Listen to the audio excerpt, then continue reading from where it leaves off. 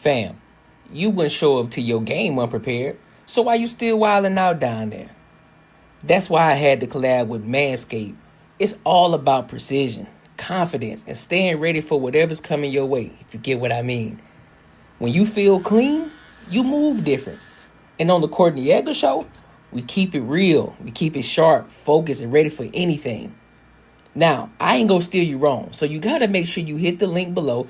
The link is gonna be in the description as well as pinned in the chat. And look, get your Manscaped kit right now and stop showing up to life unprepared. Now let's get into it. Welcome to the Courtnee Edgar Show.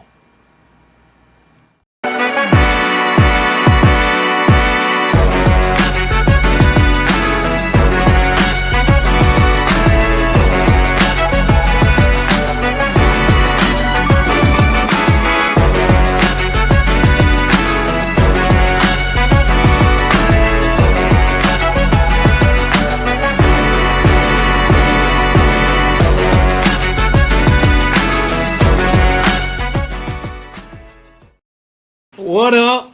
What up? What up? What up? Welcome to another show, one of the dopest shows on YouTube where we talk about everything under the sun as long as we get back to the money, real conversations, and real solutions. I'm your host, Courtnee Edgar.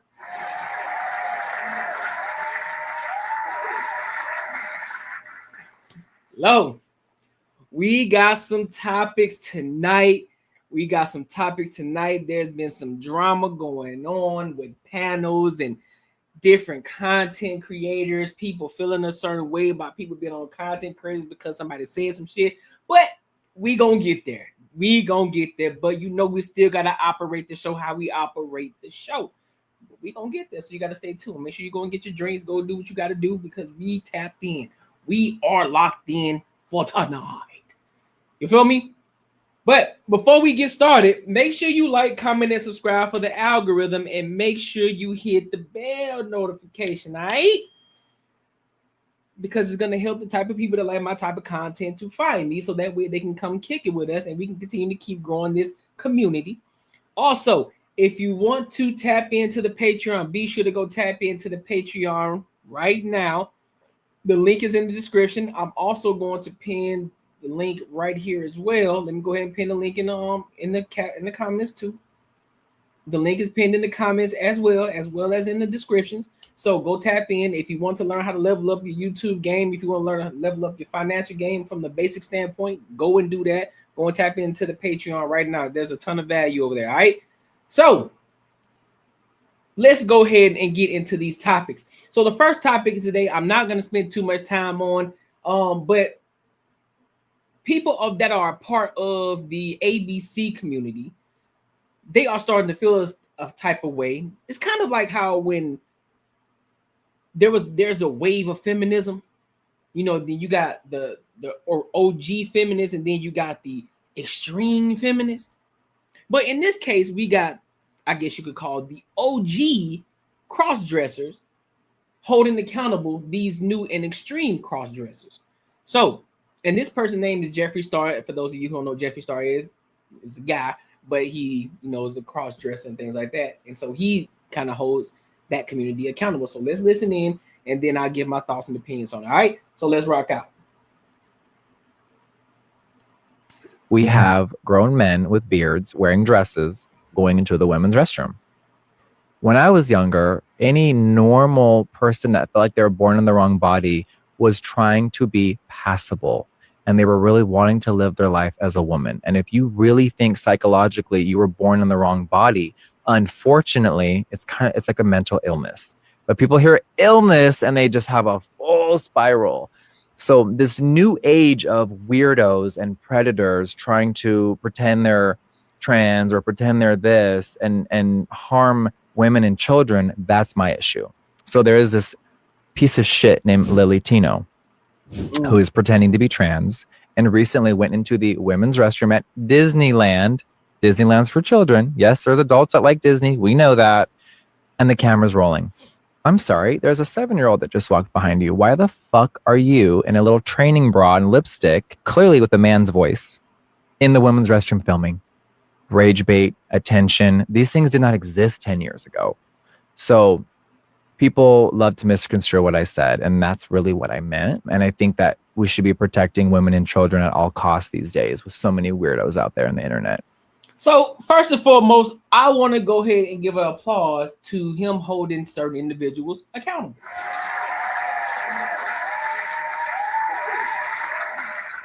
Because this is the thing. This is what everybody's been talking about. Nobody cares how you live your life. Nobody cares what you do behind closed doors. That just don't bring that shit over here and impede in our lives. And that reference that he gave, that dude, he's been causing fucking havoc across all platforms, doing crazy shit because he's going to a restaurant and somebody addressed him as sir and all this. Like, bro, it's not that fucking serious. At this point, you're just delusional, or you're just doing it for clout. You're just doing it for just to rage bait people, so that way you can get your views up. You can all this extra shit, right? And so this is where I have to again agree with Jeffree Star in this aspect. Something's wrong with you. Something's mentally off up there. Something's going on. If you think that you were born with a schlong, and you think somewhere deep down inside that God himself made a mistake with you, the Most High, God Almighty, the one of ones, the all of alls, the Omega, you mean to tell me you think that he made a mistake with you because you feel as if you were supposed to be a woman, or vice versa? You were born a woman, you thought that you were supposed to be a man. It's a no, absolutely not. You're not finna gaslight me. And so that's why y'all mad. That's why y'all were mad at Trump. Get out of the bathroom. I just did a live stream the other day. I think it was maybe a couple days ago about the guy who has been arrested many times as a man, but now all of a sudden he wants to identify as a woman. But then he decided to walk in the gym. He decided to walk into the women's bathroom instead of the men's bathroom. It's like, fam, what are you doing? What are you doing? Just because in your la la land world you believe that you truly are a woman, that don't necessarily adhere to reality. And no, you cannot walk in the goddamn women's bathroom if you are a man. You are fucking crazy. And this is not a hate speech. This is just calling a spade a spade. Listen, a person that's a part of y'all community just called y'all out, so you can't get mad at me. You gotta listen. I'm just reacting to it, and I'm agreeing with what he said. If you believe that you are a woman and you were biologically born a man, you need to fix this up here. Something's going on. And if you think that you finna sit up and try to lecture me and tell me that I'm supposed to believe that you are a woman, boy, you got me all kinds of fucked up. All kinds. If you want me to address you as your name, I'll address you as your name. I'll give you that respect as a human being. I will give you that respect. If your name is, I'll address you as your name. I'll address you as your name. But let's not play that game. You got little girls coming out the bathroom. A lot of people have daughters, bro, and they ready to crash out about their daughters. And you got people like such individuals like he was talking about, thinking it's okay to walk in a women's bathroom. Where they do that at? Shout out to Biden and Obama and all of them, what I'm saying, who okayed this shit. But hey, we ain't gonna go there. We ain't gonna get there. We ain't gonna get there. Am I tripping? Am I off? Am I wrong? I don't think I'm wrong. I don't think I'm wrong. Because if you think I'm wrong, then that means he's wrong too. That means Jeffree Star is wrong too. No? All right. Well, let me know what y'all think. Make sure you like, comment, and subscribe for the algorithm, and make sure you hit the bell notification. All righty. Let's keep this train going. Do I want to talk about that? Do I want to talk? Nah. We want to make sure we got enough time for this one.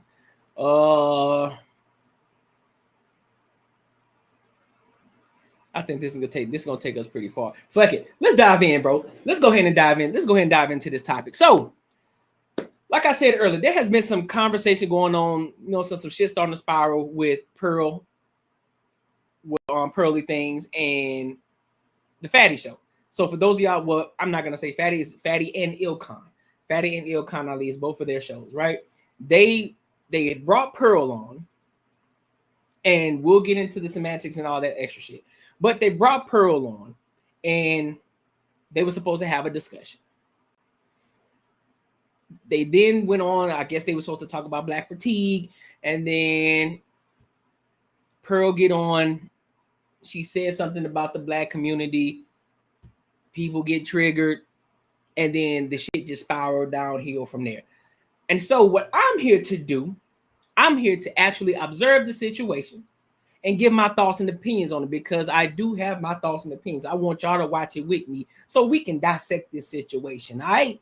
Because people feeling some type of way. You got some people on one side of the fence, you got people on the other side of the fence. So we're gonna play this video and we're gonna dissect it, because it's 3 different videos. I'm gonna play the actual live stream from where it started, and then I'm gonna play what Pearl had to say about the situation too. All right, so let's go ahead and get into it.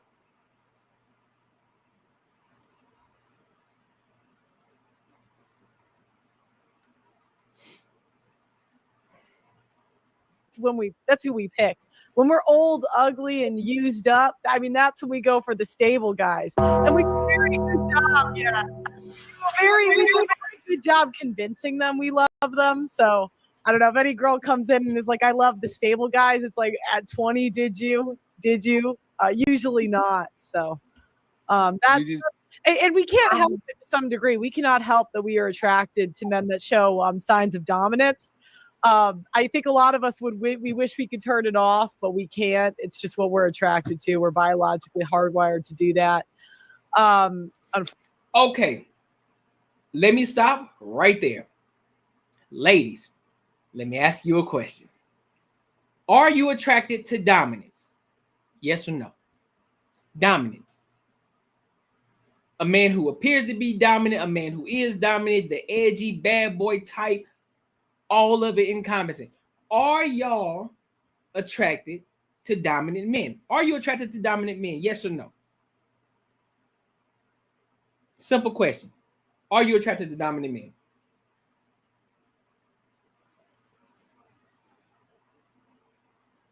Fortunately, so we're biologically hardwired to.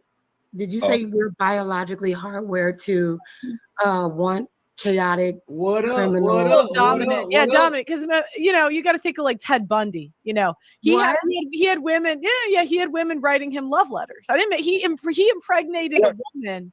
He impregnated a woman while he was in prison for murdering women. This is a real Luigi Mangione. I don't think that's a woman thing. I think that's a thing that.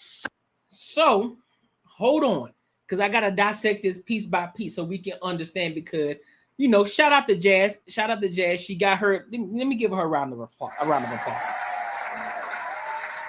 Even though I disagree with her heavily in her take in her live stream today in regards to what happened here, I disagree with her heavily, but I love the fact that she's talking her talk and she gonna stand on what she stand on. That's what's up. Do your thing. And I wish her well with her platform. I will never tell her not to get on it. She's supposed to. And if she wants to be the bad guy, hey, lean into that shit and get your bread. You feel me? So giving my flowers to you in that regard. But in this aspect, when Pearl just said what she said, she gave an extreme analogy. She did. However, it doesn't take away from the point that she was making. Do women like dominant men? If you look back, let's do something real quick. Let's take a step back while she's saying this. When we're old, ugly, and used up, I mean, that's when we go for the stable guys. Exactly right. We do a very good job, we do a very good job convincing them we love them. So I don't know if any girl comes in and is like, I love the stable guys. It's like, at 20, did you? Usually not. So that's.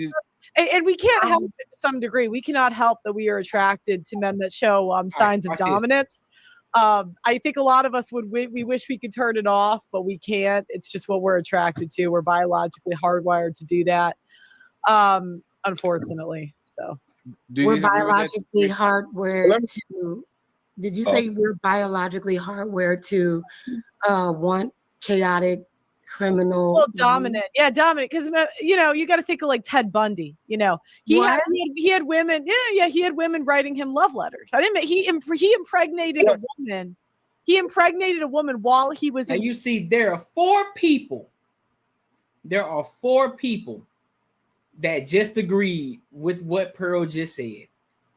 Ilkan, Melanin, Athena, and CJ. They all just agree with that sentiment. So by them shaking their head up and down, that means that they understand the point that she's illustrating here, right? Jazz ain't, it's not clicking for Jazz just yet. It ain't clicking yet. It's not clicking yet. It's not clicking because she's trying to draw a picture for her so that way she can understand. So she had to choose an extreme. That way people can understand. Now, are there different instances of dominance? Absolutely. But that's one part of it. A man who can be what? Dangerous. That doesn't necessarily mean he's going to go off somebody, but a man that can be dangerous, or at least give the illusion as if he is a dangerous man. Which then hardwires the woman to say he's a protector. He will protect me because he is hardwired that way, because he exudes that type of dominance. She will feel protected. Let's move on. In prison for murdering women. This is a real Luigi Mangione. I don't think that's a woman thing. I think that's a thing that certain women do. Well, you are correct. There's no. Hold on, Jazz, let her land, and you respond. You going to get the mic? Let her land. Not every woman does that. There's different levels of dominance. However, we are still attracted to dominant men, and that does come in the form of, if a man can kill someone else, we know he can protect us biologically. So that just is what it is. So you find you equate dominance with, you find a man that can dominate and harm a woman attractive? See, this is where Jazz fucks up and she becomes disingenuous. She just laid out the land for you. She just said, hey, there's levels to it. I'm not saying all women are attracted to a Ted Bundy type, but women are naturally attracted to a man of a certain dominance. That does not mean that he has to go kill everybody. Let me give you an example. A lot of women want Clark Kent, but they want him to be Superman underneath.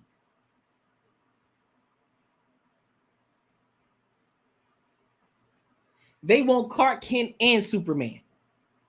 They don't want just Clark Kent. They want Clark Kent that can turn into Superman when need be, for protection and for guidance. That's what they want. But this is the point that I tried to make to Jazz on her live stream. This is the point that I was trying to make yesterday on the Banter and Barter show. She is being, you know what? I'm not gonna say she's being disingenuous. I'm gonna say I just think Jazz is being way too literal right now. You're focusing on the person that she mentioned instead of what she's explaining. So because she tried to, and no, this is not me defending Pearl, but I'm attacking the situation. Fuck who said it. If it was a black woman who said it, I would still be saying the same goddamn thing right now. So this just so happened to be a white woman. Because if it was flipped and Jazz said it to Pearl and Pearl disagreed, I'm like, Pearl, you're being disingenuous about this conversation. I'm gonna hold you accountable. I don't give a fuck about your color. I don't give a fuck about what your race is. But this person just so happened to be a white woman. Right? And Jazz, you are literally not understanding what the hell she is saying. And so then this is why the situation then starts to go left. That's one way that men describe it, or one way that men describe it. That's one way that men do it, and women do select those men. So I try not to apply morality to this, good or bad, it doesn't matter, because women do pick criminals. Criminals are men that have committed a violent crime are actually more likely. They are more likely to reproduce than men that haven't. So and the thing is, this is what pisses me off about the conversation. You mean to tell me, because mind you, how many times have we heard when it comes to dating relationship, how in the black community, right? And this is not me just trying to bash black community. I'm not doing that, but I got to prove a point here. How many times have we heard, or the statistic says, there are far more single mothers with children than there are single men with children. So by that definition, by that alone, now I get it. There are some nuances where, you know, the mom don't put the dad on the birth certificate and all that shit right there. But we talking about the statistics in which that we can go look up and actually prove. And also there's this thing called the eye test too. It don't just work in sports. We see it all the fucking time. We see one guy who got multiple baby mamas. And this ain't just on the celebrity. This ain't just on the celebrity standpoint. This is on the lower level standpoint too. In the black community, we see it. There's one guy who got about 3 or 4 baby mamas. One guy. And he typically the one that's in the hood, right? They want him for whatever reason. They know that he already got one baby mama, but they still decide to fuck with him. And then you know he get the other one impregnated. Then the other one know that he got 2, but she still decide to fuck with him. They get pregnant by this nigga again. We being disingenuous about this fucking conversation. Nobody cares if you live in proximity. I don't live in the fucking hood, but I still see it. I don't hang around degenerate individuals. White, black, orange, Mexican, I don't. But that don't mean that I don't see it.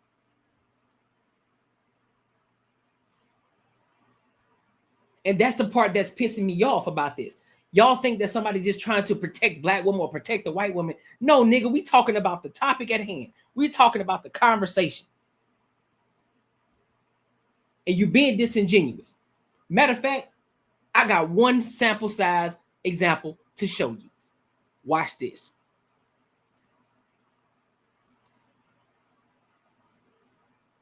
Watch this.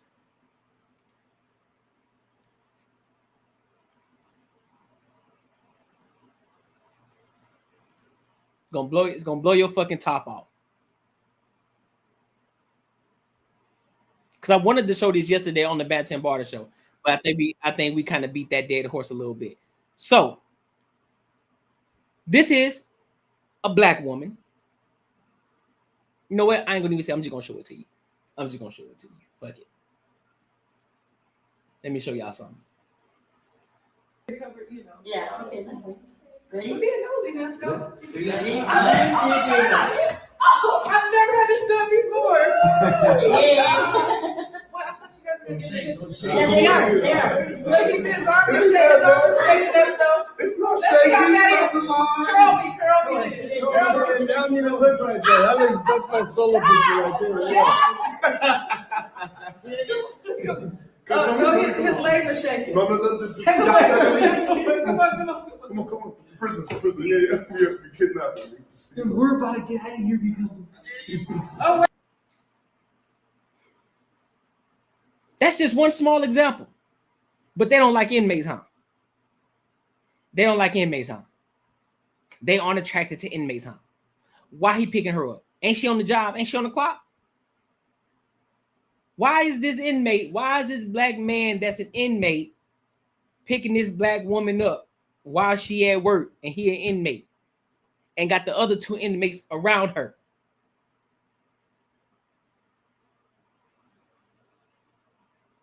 So again, are we gonna be disingenuous about the conversation or what? Because what I just showed you, that don't even tip the iceberg of what's going on. Y'all remember those individuals who got locked up and then who broke out of jail out of New Orleans? Where did they go? Did they go across the country? Did they go out the country?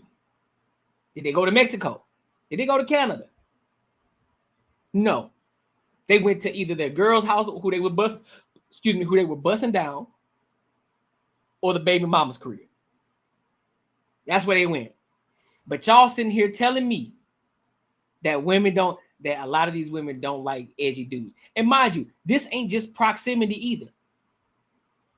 There's women in the suburban area who want to experience that edgy type dude. They want to experience the hood dude.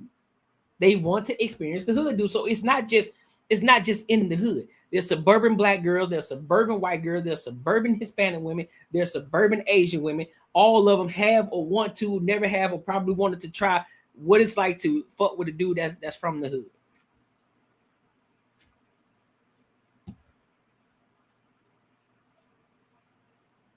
And you telling me just because you aren't in proximity or you don't live in the area that you don't see it, or you can't be genuine enough to say, you know what, you got a point right there. You know what, that it may not be all, but I know that there's some out there. Just like how there's a lot of baby mamas out here. There's more baby mamas than there are. There's more single mothers out here with children than there are single fathers out here with children. But you're gonna be disingenuous though. But then I'm the crazy one. All right, man. Let's keep it going.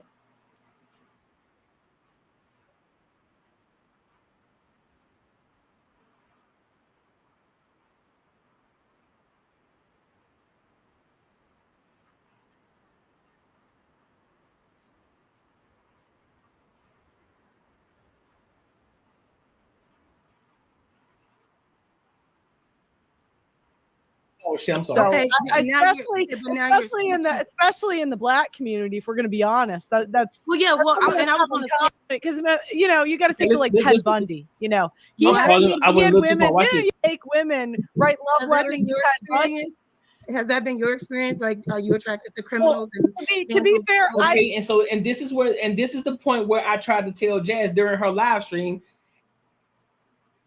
You coming at her with, is this your experience? Well, what you should have did is just substantiate the argument. Just say, hey man, where are you seeing this?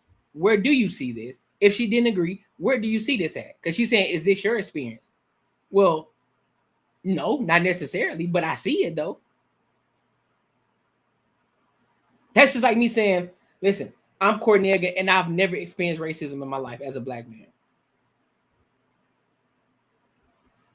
And I can say, well, I never experienced it.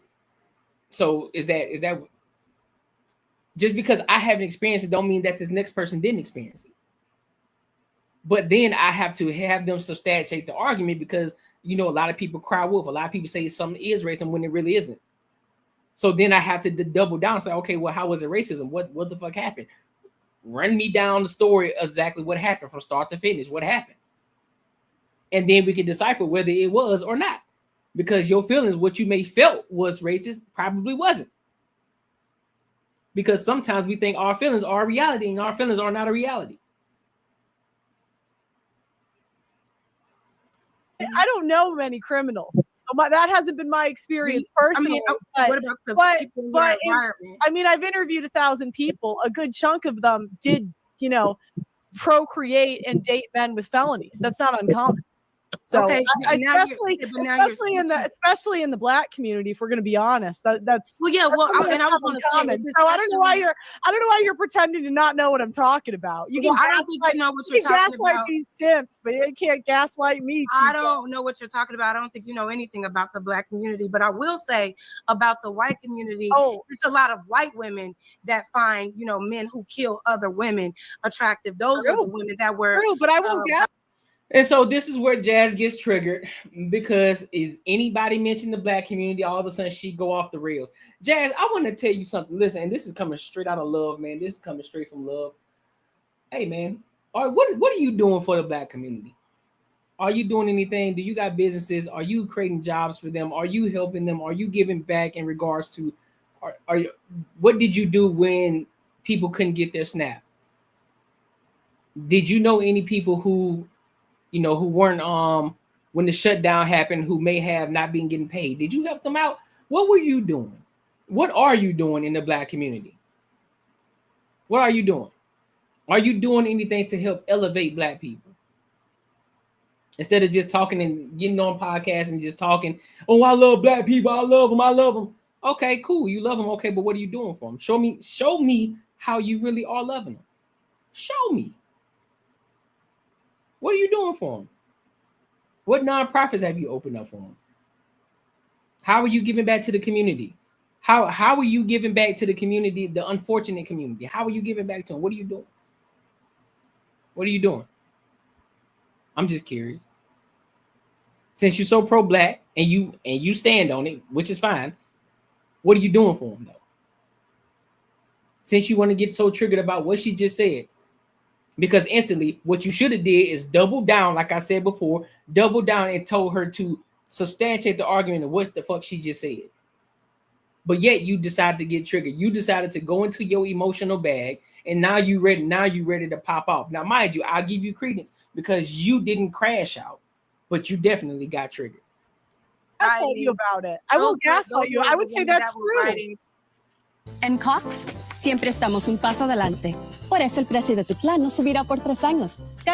That's true. There are white women that do that. I can't hear you. Yeah, Hold on, real quick. Hey, hold on. I'm gonna say it again. Hold on, real quick, Pearl. I can't hear you while I'm talking. I don't even know why she even brought up the black community. You can't say that until she lands. Like I want you to right now. We got strong personalities on the panel. Please let the person finish and then respond. You can't say the person interrupted you, and while you talking over me while I'm talking, if you already interrupted the person, let her finish. You the first person that can respond to her, Jazz. You the first person. Just let her land. I did let her land. No, you didn't let her land, Jazz. Okay, it's fine. Let's start now. Okay, well, you asked me why I brought it up, the black community, because you're black, so you would know. Because like I don't. That is first of all. It's like the same reason you brought up the white community, because I'm white. I have eyes, you know. If you're done, first of all, that's very disrespectful. It's very disrespectful. No, the fuck it's not, man. No, the fuck it's not. Stop being so fucking sensitive, dog. Stop being so goddamn sensitive. Seriously. I don't give a fuck how passionate you are about the black community. Stop being so fucking sensitive. Have the fucking conversation. If she said some shit that you disagree with, dive into that, what she said. Attack the argument, man. Because you already have some type of ill will with her anyway. So the fact that anything that she says that may be a little bit off to you, you ready to go. This is y'all fucking problem. This is your problem. You get offended by every fucking thing. Can't nobody tell you shit. Can't nobody tell you about yourself, even though we see the shit. And then you get mad when somebody else calls you out on it. White people can't tell you shit. Black men can't tell you shit. If a black woman tells you something, she's a fucking pick me. Pick one, dog. Pick a struggle. But what you're not about to do is sit up here and try to play this whole race game. Oh, well, you said the black people, you know shit about my community. Well, guess what? Everybody and they fucking mama got TikTok, got Instagram, got YouTube. We all see the shit online. Everything that's getting fucking highlighted, we see it. So you think that you the only one that see shit that don't see shit, Jay? You think Pearl don't see shit that go across her timeline? You think just like if we see white people doing stupid shit, guess what? We gonna call that shit out too. This ain't just a black thing, bro. This ain't no pro-black situation, nigga. I hold everybody fucking accountable. Men, women, white women, black women, Mexican women, Mexican men, all y'all niggas alike. All y'all can get the fucking smoke.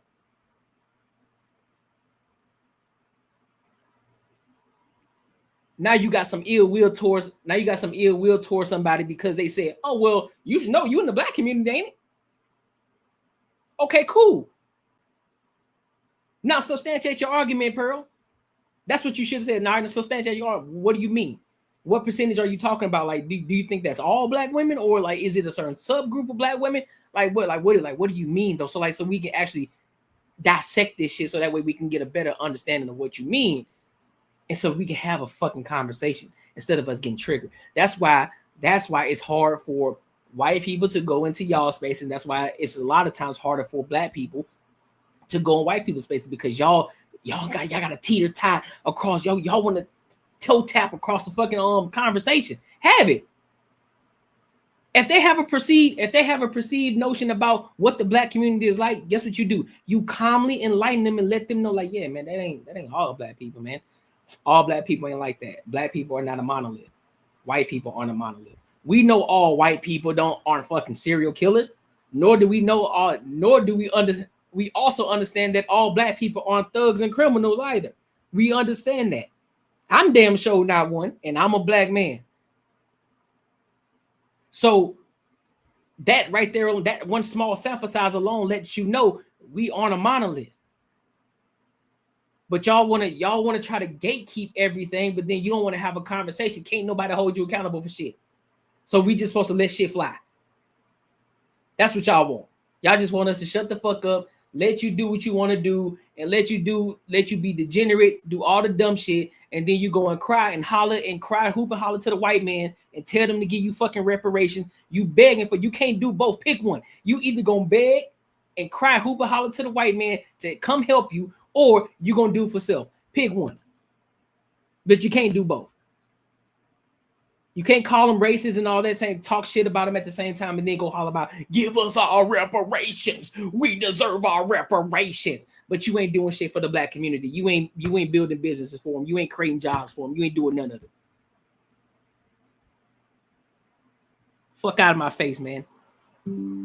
This was a conversation about. No, hey, friends, we don't need ad libs. Jess can handle it. Let her handle it. Go ahead. So like I said, we were offended. Next. Go ahead, Jess. Let Jess finish, please. Let's go ahead, Jess. I will. Yeah, go ahead. Jess, so like I said, we were speaking about relationships in general. Nobody said anything about black or white until you brought it up, and for what reason I don't know. It didn't add anything to the conversation. First of all, you're speaking on the nature of women and how we are all naturally attracted to men who are criminals, and then you made a point to say, excuse me, no, that is not the case at all for black women. Now, if you're talking about people that are in poverty, people that live in certain situations, and 60% of black men have been arrested by the. Can you stop cutting her off?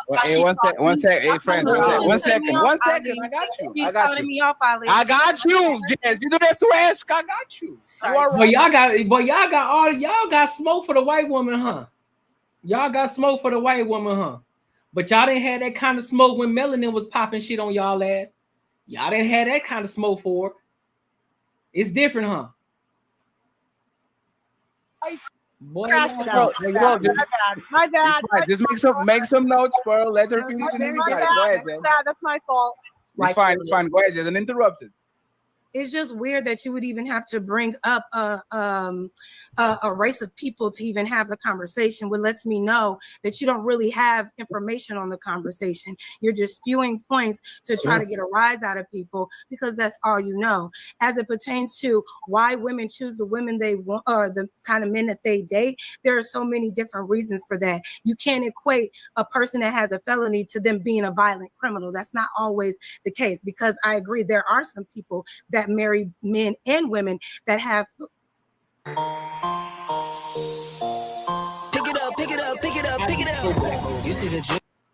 felonies in their background. That doesn't necessarily mean that they are violent. And then to say that black women are the most prone to violent criminals within our community, you don't know shit about our community, Pearl. And if we're going to talk about what's happening, if we're going to make it about a race thing, let's figure out what's going on in these white communities, in these white homes, when you all are raising all the mass shooters, y'all raising kids that are taking guns to shoot at other kids, y'all going into public spaces. And I'm sure you're going to talk about black on black crime or whatever, but we can debunk all of that because that's through proximity. The point is that you didn't have to make it about black or white. It's through proximity. Nigga, still the stats are the fucking stats. What are you talking about?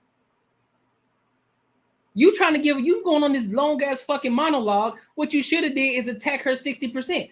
Hey, what you mean 60%? I need you to clarify that. I need you to, what you mean? What is that? What does the 60% entail? Because last time I checked 60%, that's a high ass number. I don't think that's the truth. I need the real facts and data on that one, since we're here to talk facts and data. But now you on this long ass monologue trying to tell somebody about their culture as if she don't fucking know what her culture is like because she ain't getting fucking triggered by the shit that you already saying.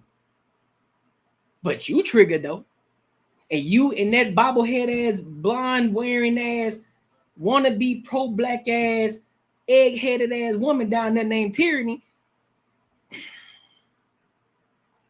Because it's very disrespectful for you to try to pigeonhole Black women when you don't know any of us at all, to make that assumption that that's what we are prone to. None of these women on this stage, myself, Tyranny, or even Athena, are dating any man that is of a criminal or that are violent. So watch what you say up here. You got a really smart mouth, and if you're going to have the conversation, try to be respectful. And all this, look at this, and look at this simp ass nigga down here, Big Rick the Ruler.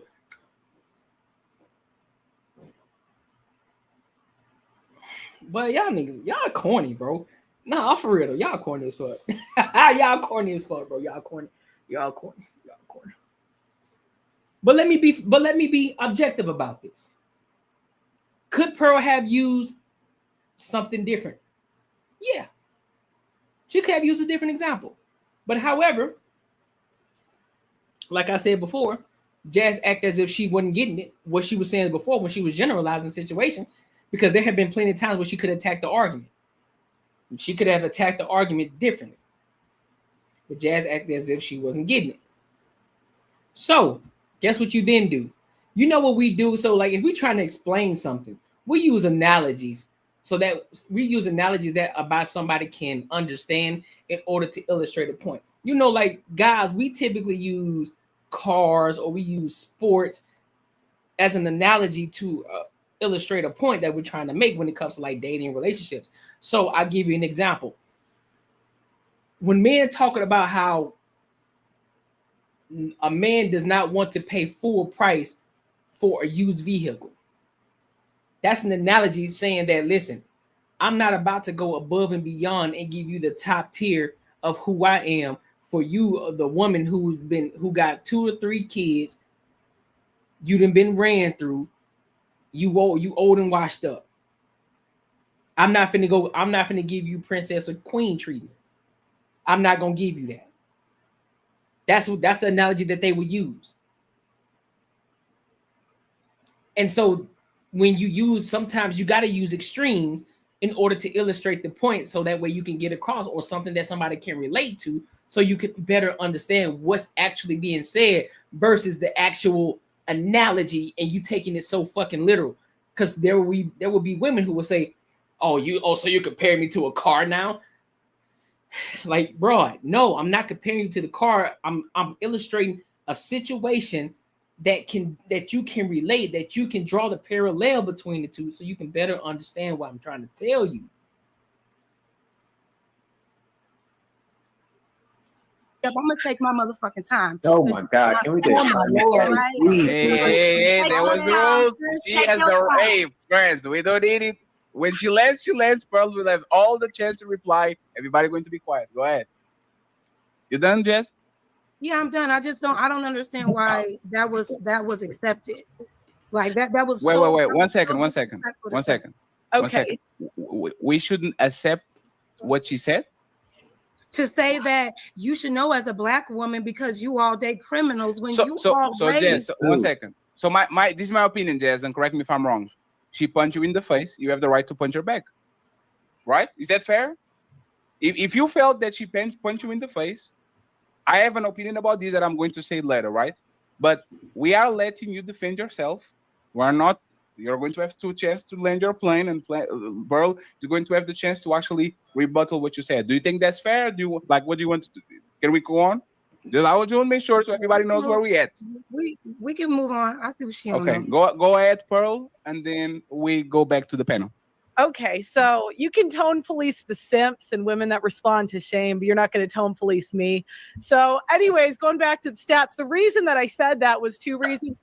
The first is that I interviewed 1,000 people. A good chunk of them were Black women. And I just noticed that they had a propensity more likely than other races to date criminals. It's not really an insult. As I could go into details about the types of men, white women tend to date that are irresponsible. I've just noticed different trends in different communities, and it's kind of bad. Oh, so hold up. Let's back that up, because that's a part that you missed, Jazz. That's a part that you missed in your live stream that you just so happened to skip over. Because she also acknowledged the fact, she said it's not an insult, but I tend to see trends, because I also noticed that there are white women in the community who tend to make bad choices as well. So I'm not attacking you. I can just see the trends that's going on. But again, y'all fucking, you get triggered. And I'm getting triggered because of this stupidity. You could have had a conducive conversation. Backed up by data, because 60% of Black men have been arrested by the age of 25. So, you know, it's not to be rude, but I think it's more common in that community than it is other communities. The number. Go look at ChatGPT. In terms of mass shooters, I think you said white people are the majority of mass shooters. I would say that's true.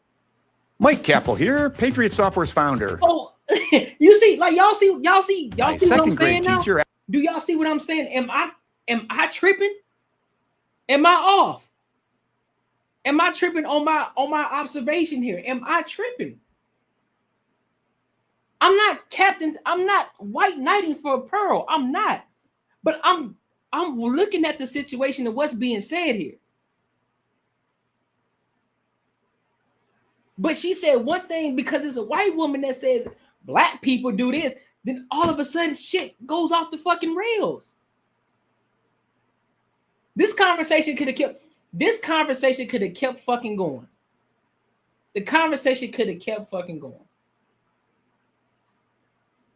I wouldn't crash out on you for saying that. So again, if you want to get offended, that is a choice, and that is your choice, and you have the right to do that. So I want to touch on this, and then I want CJ and Rick the Ruler to pull up, and the rest of the panel. Okay, Tyranny, I see you too.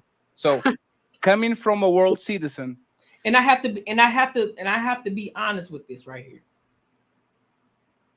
I get it, Fatty. It's your show.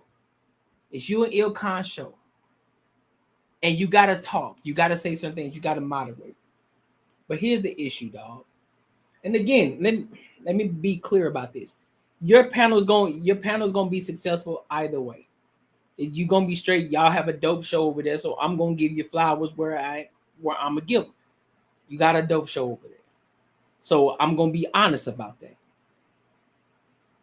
But your moderation skills are trash. You talk too much. You got 2, 4. Let me see. I'll make sure without Ilkon. So you got 3. You got 7 people on the panel. 7. CJ been waiting for the longest. Athena's patiently waiting. Melanin ain't saying shit in the hot second. And I know y'all had the longer show, but still though, it's just the point. We just talking about this video point right here. You talk too much. You talk way too much. Let everybody else get on. If somebody else felt indifferent about what Pearl said, you should have allowed them to get up there and say what they had to say. But you should have said, listen, let's get back to the fucking conversation. Now you, as the moderator, want to get in there. You want to try to go at Pearl. Come on, folks. Right, because I live in Portugal. Right now it's 2 a.m. And Pearl was in the UK for a while too. This is not a Black woman thing. If you go to Japan, all those women love the Yakuza until they get older. If you go to Brazil, all those women love the kid from the favela before they get older. If you come to Europe, all these women love the guys that ride on the L Angels. Like women like danger. They are emotional junkies, right? And I believe that Jazz actually pinpoints what it is when you put together people that are emotional junkies, which is most young women, and you put poverty together, you are going to get massive results. And in my opinion, this is why the Black community in the United States is hyper exposed to these situations, is because you are mixing 2 components that are very dangerous. Is the level of poverty. People live on a lower socioeconomic level, and they are addicted to bad boys because that's what women do. you can go to any white college and see exactly the same type of behavior that Chads are getting all the women.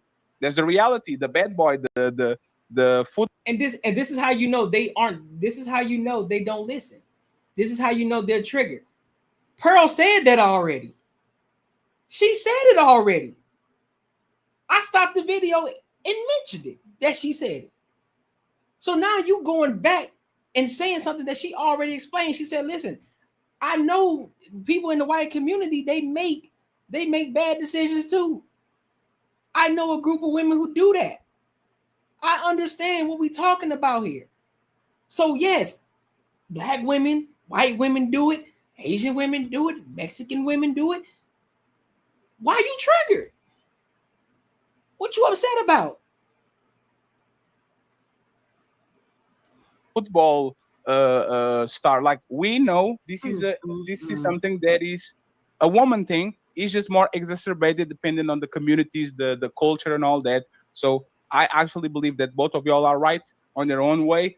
We can't, unfortunately, just be against something because it triggers our feelings. Okay, I agree with that. I agree with that. No, I agree with no. I agree with that. One second, please. Respectfully, I didn't finish. One second, I didn't finish. You know what's funny, Tyranny? You did exactly. Tyranny. Hey, Tyranny. Can I speak, Patty? CJ, you gonna get that, big dog. You gonna get that, bro. Calm down, homie. Remain frame, bro. Stay in frame, homie. I have a Black Panther in my arm. But you're not representing her. Respect me. 1 second, please. The pro-black shit is not going to work against me. Facts, Fatty. Right? The pro-black shit doesn't, because nobody. Unfortunately. Tyranny. Stop. By the way, just and here's the thing. I think Tyranny is overcompensating. You want to know why I think she's overcompensating? Tyranny don't have any black kids. Tyranny has mixed children. I think they're Hispanic. I'm not 100% sure, but she has mixed children. But she praising the hell out this black power shit. Last time I checked. Cool. Listen, bro, you can love your black people. I love my black people. I'm not black power. I'm not. I subscribe to all the good things that the black community has to offer, not the bad shit. I subscribe to the good shit in the black community, not the degenerate shit. So if it's degenerate behavior, I remove myself. And if you want better for the black community, that would make sense, right? You won't uphold, or you won't take, or you won't not hold accountable the people that do degenerate shit, because you're quick, especially you, Jazz, Tyranny too. Y'all are quick to call men out, black men in particular, on their shit. Can't nobody call out black women for anything, nothing. So what Pearl just did, Pearl just hit a double whammy. Pearl just talked about the black community and black women, but she also mixed in black men too. So help me to understand. Just help me to understand. I'm still trying to figure out what went wrong. I'm still trying to figure this out here. What was the racist shit? I'm still, listen, I am genuinely trying to understand where was the racist shit. I'm trying to figure it out. So, like Tyranny, you can't tell me myself that I depict black women in any kind of way that is negative, because I avoid it. But what we have to do is be fair. Sorry, I'm late. If she was talking about black men, I'm gonna watch that. I don't think y'all will have the same type of smoke. Shout out to AD. She was talking about black men. She said most of y'all are in jail. No. And none of y'all heard that. Tell them come pop over.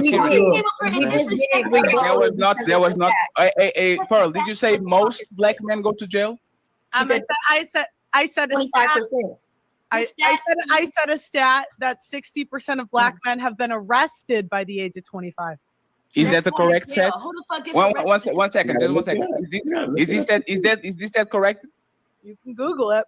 I don't. Let's. I know that 12%. I know 12% have been incarcerated. But she never said that. I will say these, right? 1 second, please, friends. 1 second. I will say these. 1 second, please. 1 second. 1 second. It's weird. I will say these. Arrest. Hey, please, friends. We're not even too excited.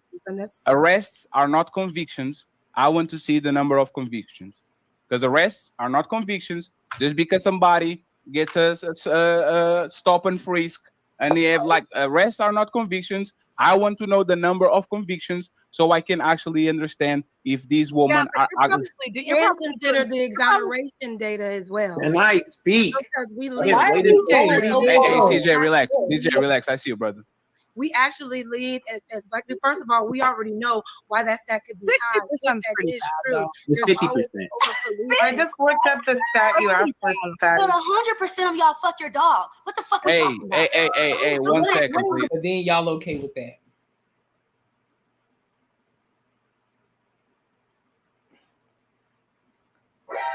Then y'all are okay with that. Last time I checked, two wrongs don't make a right. So now you think it's free game. But see, what y'all don't understand is, as a black person, right, looking at other black people, mind you, Ilkan held his shit, Melanin held her shit, CJ, he was tweaking because he wanted to talk so much, but for the most part, he was straight. Jazz, she didn't crash out, fortunately. But for the most part, you know, she got triggered. You can tell. She sat back, was quiet a little bit. And then here come Egghead Tyranny. Saying some dumb shit. Being degenerate. But 100% of y'all fuck your dogs. So, because she threw out a 60% stat, which again ain't even absolute, but you can still question and be like, hey, 60%, let's talk about it. Because I think that number's a little too high. But then Tyranny comes out, oh, well, we can throw shots. 60%, but 100% of y'all fuck your dogs. Really? Okay. Hey, one second, please. Hey, 1 second. Hey, And their cousin. Oh, okay. So, Jazz, then you want to throw salt in the wound by saying and their cousins, huh? As if, hold up. Walk with me now. As if in the black community, y'all didn't know little uncles and little shit be out there trying to fuck with the little kids. As if we don't know people in the community, huh? Okay. You can lie to me if you want to. That shit happens in the black community too.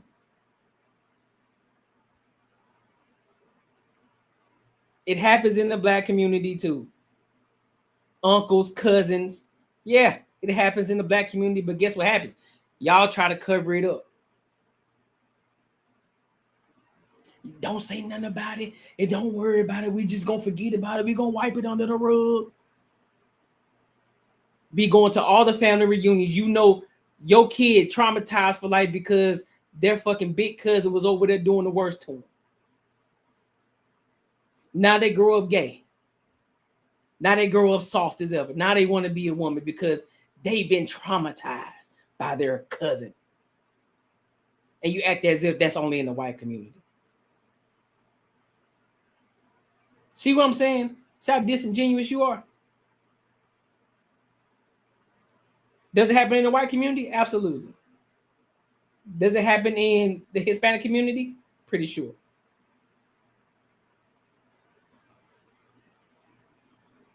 So you see, I'm not just sitting here trying to defend Pearl. I'm talking about the conversation.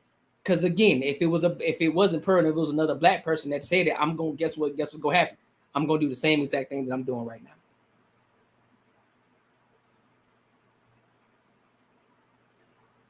Oh, Jazz get triggered if she say Black Friday, Black Eyes. I swear, bro, that shit's crazy to me. Please, respectfully, we literally are going to stop the show and close it out. If y'all like, the conversation became racial, it was Pearl that actually did it. Okay. No And reason. we are trying to figure out, 1 second, we are trying to figure out if this is based on stats or not. The fucking cousins and fucking dogs, can statistically prove that shit. Okay? All right, So so what we're going to do is, CJ, what is the percentage of black men that are convicted of a crime? Not I didn't look up arrested, the convicted. convicted of a crime before at 18. I didn't look up the convicted stat. I just looked most it up. black men are arrested by age 25. Not most, but 49% of them are. So Okay, so but that's irrelevant because arrest records, like we need the convictions, because you're not become a criminal because you were arrested. You become a criminal when you get 33% convicted. of black people have felonies. What's the percentage? 33%. Approximately 33% of African American adult males have a felony record, which includes those who have been convicted of crimes.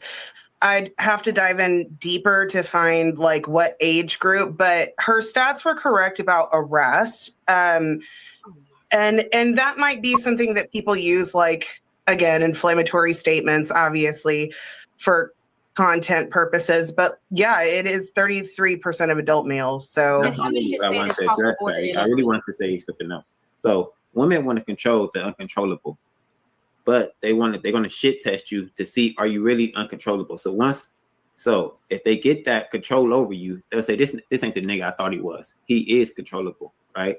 So that's kind of why they like chaos. So once they get there, they're kind of miserable in the fact that they like the uncontrollable. So they don't like being on either side of the fence. They don't like the fact that they like the uncontrollable, but then they try to wrestle the controller from you to see if you're uncontrollable. It's a weird dynamic.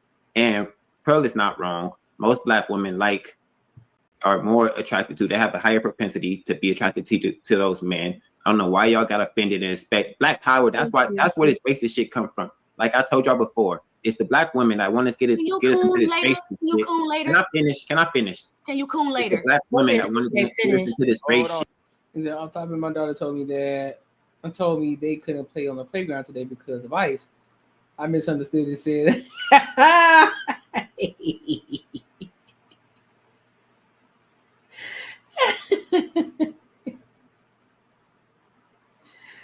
oh man. Hey bro, I'm telling you. Just let them land. No, it's fine. It's fine. We control 18 minutes. Don't mute yourself. I used to throw you different. Like, hold on. Go ahead, CJ. What do you mean it's frozen? So yeah, I think they want to get us into a war that we can't win, so they can go and be with the white man, and that's a different topic. But sorry. True story. Tyranny, you have the chance to reply, and then I'll get the best of the people that haven't talked, especially Big Rick, right? What did CJ said that was wrong? It's a battle of ideas. 1 second, Tyranny. Remember, this is the battle of ideas. You have uninterrupted time to prove CJ that what he said is wrong. No name calling for now. Later we can do it. Let's prove CJ wrong. Why is he wrong that most black women are attracted to this type of man? Pearl, no, we're not attracted to them. Their men want us. That's why they really hate us, because they can't. That was not the question. Girl, sit the fuck down somewhere. Tierney, shut the fuck up. You of all people don't need to be talking about who the fuck desire you. I'm trying not to. But just everything there, the attitude, face, all of that shit. No, black women are not the most desired. And they're definitely not desired by white men. There's a small, very small, almost an insignificant number of black women who actually are desirable to other races, typically white men. Very small amount. So no, they don't want you.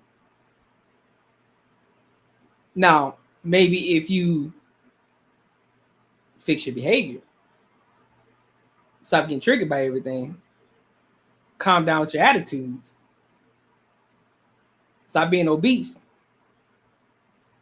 you probably still wouldn't be up there, but that percentage it'd probably tip just a little bit, but not a lot. But I will say this though, black men are more desired than I want to say they're either tied or they come second to white men, I believe. Either first or second, one of the two. So we're up there as black men in general. So please miss me with all that lying shit that you about to do. See, and you see what I'm saying? You said she just do some stupid shit out there. But they want everybody to check Pearl.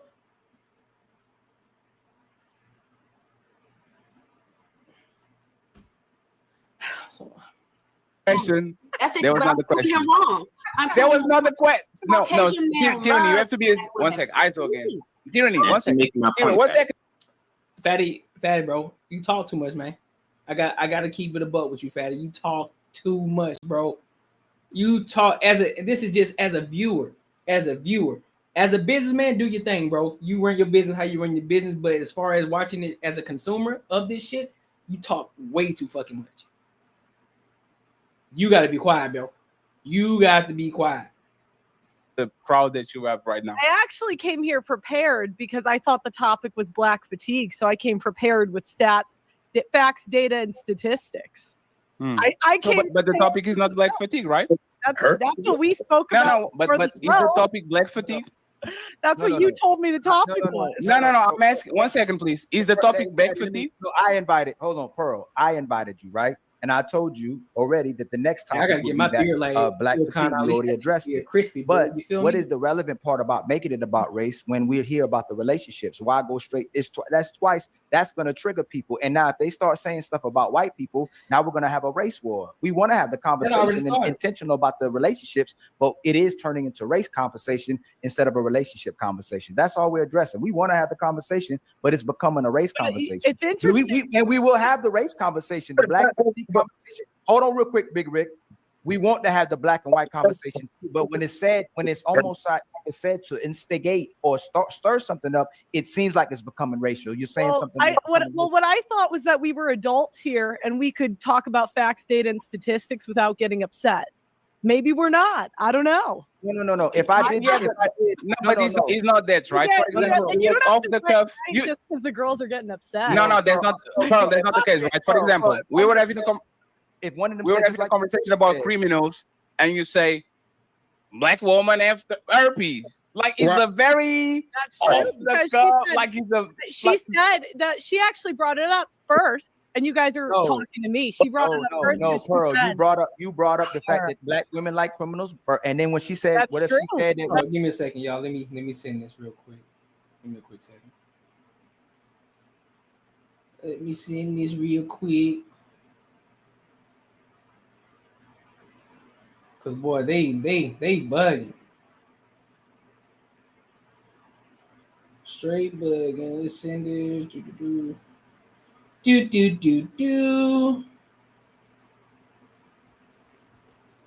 All right. White women like men who smell like dogs. Then it becomes racial. I don't mind. That's okay. I don't get offended. One side's getting offended. So as long, but look, just know that if that happens, then it becomes a racial conversation.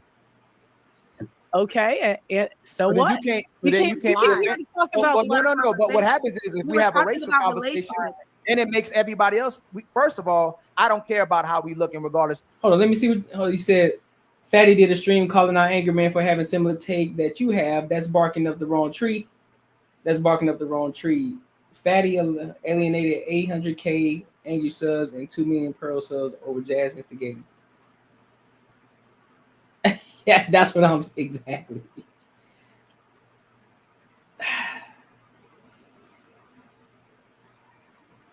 Damn. That is crazy. I don't understand, bro. That's what I'm not understanding. Looking at this from a business perspective, bro. This conversation could have gone back and y'all could have had a real conversation, but two triggered individuals fucked up the entire dynamic. And then Fatty continued to keep talking when he should have just shut up and just brought everything back so y'all can continue to have a conversation. Pissing me off. Then you let Tyranny keep saying slight shit. Jazz over there agreeing with her. Pearl already said, listen, bro, if they want to talk about it, we can talk about it. I don't care. We're here to talk. We're here to have a conversation. So have the fucking conversation. Y'all over here trying to have a fucking lecture moment. Fuck the lecture. Talk about the conversation. Get back to it.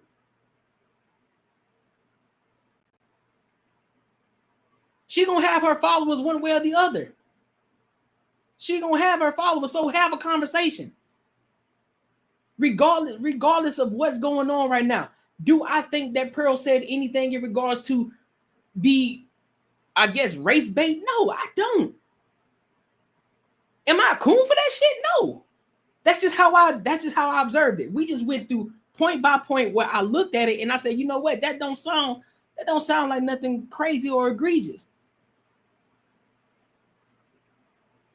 Because I remember Myron Gaines going on to Anton Daniels on the after hours, and he was going in and talking about black women. And guess what those black women did? They sat there, they were quiet, they were attentive, and they were listening. They asked questions that Myron then answered. They weren't loud, they weren't obnoxious, they weren't triggered, and if they were, they held frame. None of them got out of their position. They held frame while Myron was doing his thing, because guess what? Myron was a guest on Anton Daniels' show, so guess what? Anton let Myron have the floor and let him talk his talk. And then he would ask questions again. He would ask questions to double back on what he said, or to dissect what he's talking about, whatever the case may be. And the other people on the panel would do the same thing. And it was a cordial conversation. But this shit here is chaotic. But hey, it's good for the viewers though. So if it works, keep doing it. If it works, keep doing it. But however, what you're not about to do is allow two individuals dictate my fucking show. It ain't happening like that. It don't work like that. I don't care if they're black. I don't care if they're white. I don't care if they're mixed. I don't care if they're Hispanic. I don't care if they're Asian. I don't give a fuck. You're not finna come dictate shit on my show. Don't work like that. Yeah, well, maybe Molly, right? So like, this shit is crazy to me. To money and all them things. I do care about how people respect themselves. So we should be able to have a respectful conversation without making it racial, blatantly racial. Nobody not being factual, making it blatantly. Okay, well, y'all can give Courtnee as much shit when she made it racial the other day with me. Well, hey, one second. I want to hear from her and see what she thinks about what we said. You got a good point. Well, if I'm being honest with you, never has a point. If I'm being honest, I think you guys are overreacting. I think the guys are white knighting a little bit for the women. I don't think we need to get up. But also too, though, bullshit. He wasn't talking about that quality of woman, but again, he was talking about black women, though, right? But neither one of them got triggered because why? It didn't apply. But I guarantee you, if Jazz was on there, triggered up. Emotional because there's facts about race, and if you can't handle it, I can go. I don't mind. Yeah, no, but Pearl, the thing is, we are not being emotional because let me give you an example of 1 second, please. 1 second, please. I'm gonna bounce. Here's the thing: you see the difference between the two types of women. Look at Athena. Look at Melanie. Quiet, chilling in the cut, waiting their turn patiently. But look at the loudest two talking. Tyranny. Jazz. Loud as shit, fatty. But it's his show though. So I mean, I still think he talked too much, but it's his show. Two different individuals understanding and knowing how to stay in frame. Knowing how not to get out of character. But these two motherfuckers just keep going. Keep going. Keep fucking going. Don't know when to shut the hell up. No, it's fine. Let me tell you one thing, Pearl, before you go, Pearl. So the thing is, Jazz is way too fucking pretty to be acting the way she act. Way too fucking pretty to be acting the way she act. With them goofy ass glasses that she got on. Hey, please, 1 second. So that's the thing, right, Pearl? If I was playing the same game that you are playing, I would say You know about these things because you are the one that dated the black bum, a black homeless man, right? I would literally come out of the woodwork now because I you know your going, story. so now you're going personal, fatty. See, now you're going personal. Even when she said black women, she was still speaking about black women in general. You going personal. So not only, so off of one comment of 60% of black men, and I'm sorry for pausing a lot, y'all, but there's a lot here. There's a lot here. 60%, anybody could have attacked the 60%, like, number's a little too high. What do you mean? Expound on that, right? Instead of getting triggered by her saying because you're black, right? Could have.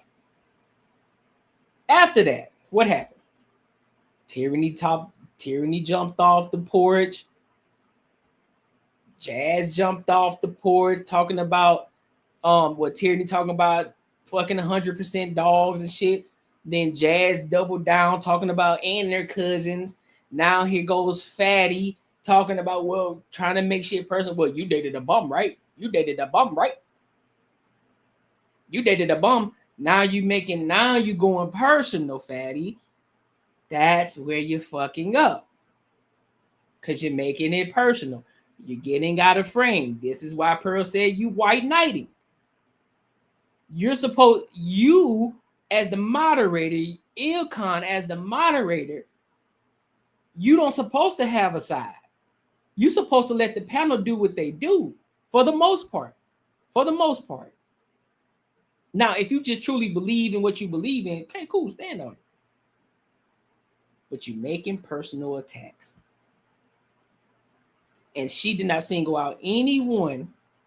Matter of fact, Jazz was trying to make a personal attack. Well, she didn't make a personal attack, but she went personal with, well, is that the type of man that you date, Pearl?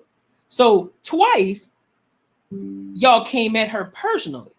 When she, even though she fucked up the percentages in regards to black men and black women, you know, black men being arrested and shit, y'all still went at her personally.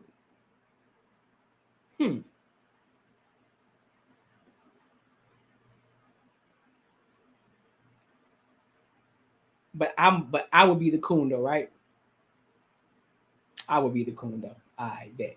I bet. Forbid I help. Right, and these not black women that are just addicted to black bum. You are addicted to a black bum because that was the person that you actually dated for a bunch of years, right? God so forbid I help the homeless. God no, he was not homeless. No, was not homeless? he actually wasn't, but that's what everyone says. He was sleeping on your house. No, it's not the full. I mean, it doesn't matter, but yes, but my point is this, Pearl. We are treating you with respect. You can definitely touch on race. We can literally do shows about race, put the table to you, and you can do whatever you want. But if we are going to try to either get clippable moments or something like that, we know more about you than you know about us. So if you want to go there, we can go there. I take my gloves off and we can do whatever we want. And if nobody can be offended because of black this and black that, you are going to talk about the time where you were fucking a black homeless man, a fat motherfucker that you were having in your house, right? Fatty, you're fat too. It's like absolutely. You have no titties and no ass. You are mad at me because I have more titties than you. That's why you're mad, right? We could go back. That's why you. I mean, what's funny? I mean, let's be honest though, nigga. You think it's cool to be fat, my nigga? Like, what you talking about? Oh, I got more titties than that, nigga. That ain't no sneak, my nigga. You fat. What you talking about? That's not really a good comeback, but look, Jazz gonna be hysterical, Tyranny gonna be hysterical about the situation. You know what I mean? I get it. It is what it is. You know what I'm saying? It could be funny. And they say she ain't got no chest and no boobs, but I mean, she a white woman. What the fuck you expect? What the fuck you expect? Now, it would have hit harder if it was a black woman. You know what I'm saying? Like, damn, shorty, you normally got some ass. What's going on? Ain't nothing back there? See, that would hit different. But we already know it. I mean, she ain't got it. She ain't working with me. You're mad, right? That's because I have more titties than you. So again, I thought we were adults so that we could talk about. Oh, we are definitely adults. Let me ask you something. What do you think about black fatigue? All right, so I do appreciate you guys having me on. I really do. Can you say what you think about black fatigue? All right, so I'm gonna stop it right there. But what I want to do is go to this next part. I want to go to the next part, but make sure you like, comment, and subscribe for the algorithm. So she did a reaction video to this entire thing, explaining the situation from her point of view. So let's get into it. I better explain myself. What you mean? I'm just saying. That's what it's known for. Certain people are known for certain things, like stereotypes are earned, not given. You feel me? So, like, but let's go to this next one. Let's go to this next one. Well, we're gonna play that one. You said you better explain yourself.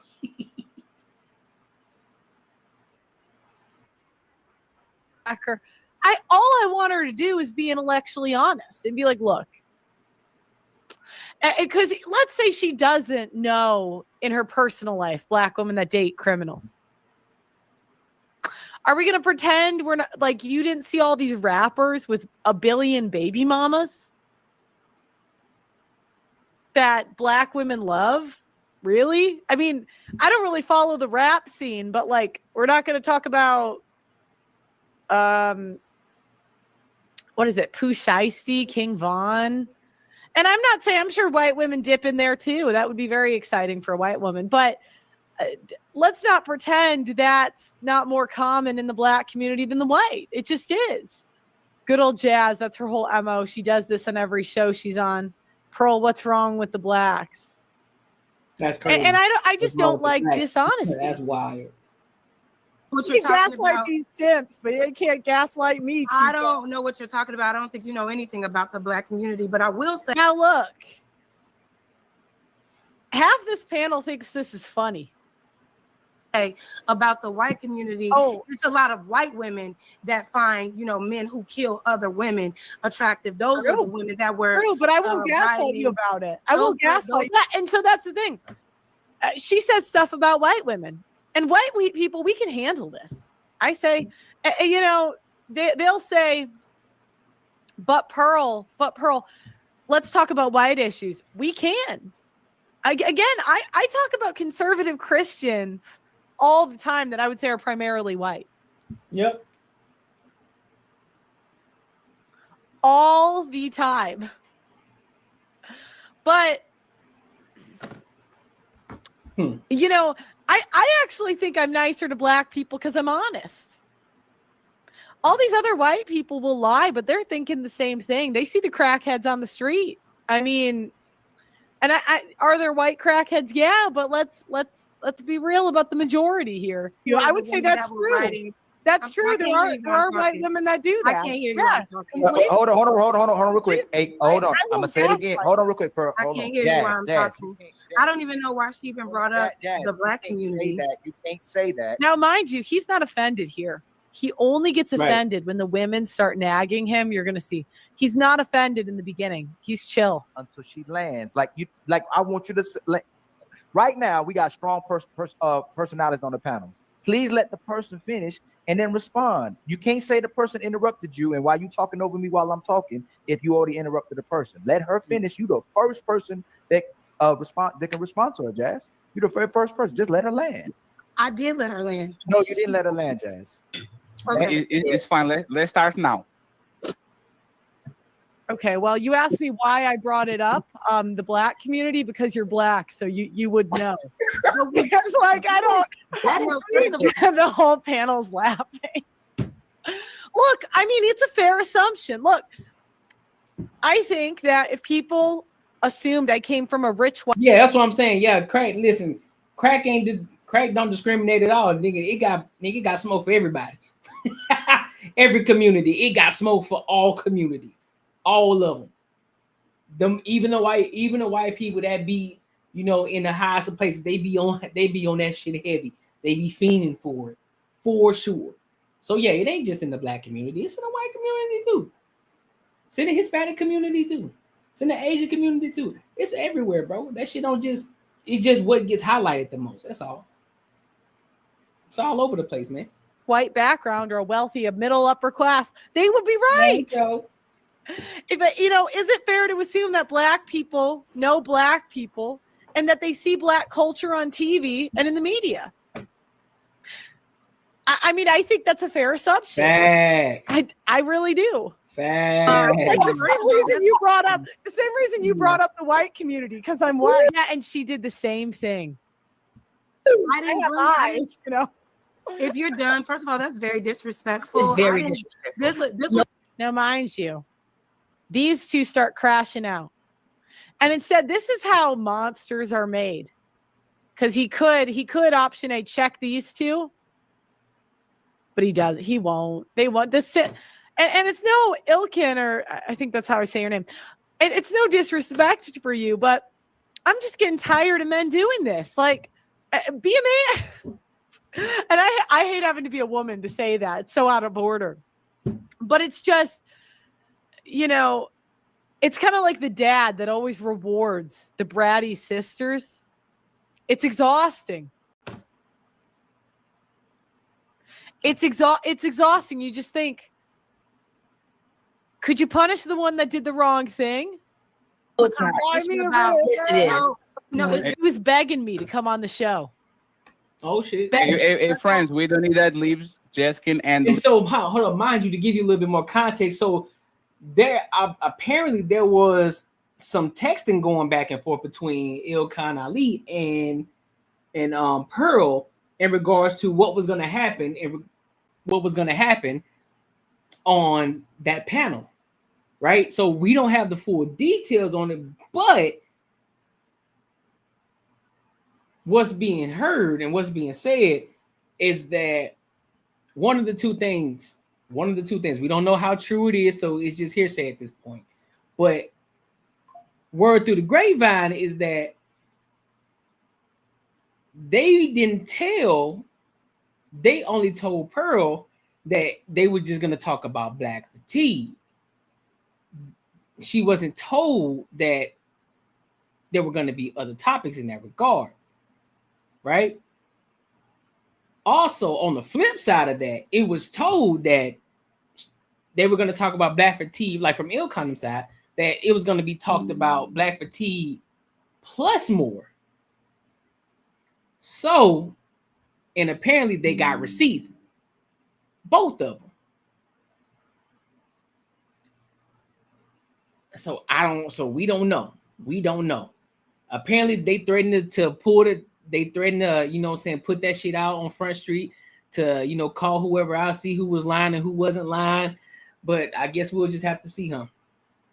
Delete, letter, and delete. Go ahead. So like I said, we were offended. Next. Go ahead, Jess. Let Jess finish, please. Let's go ahead, Jess. I will. Yeah, go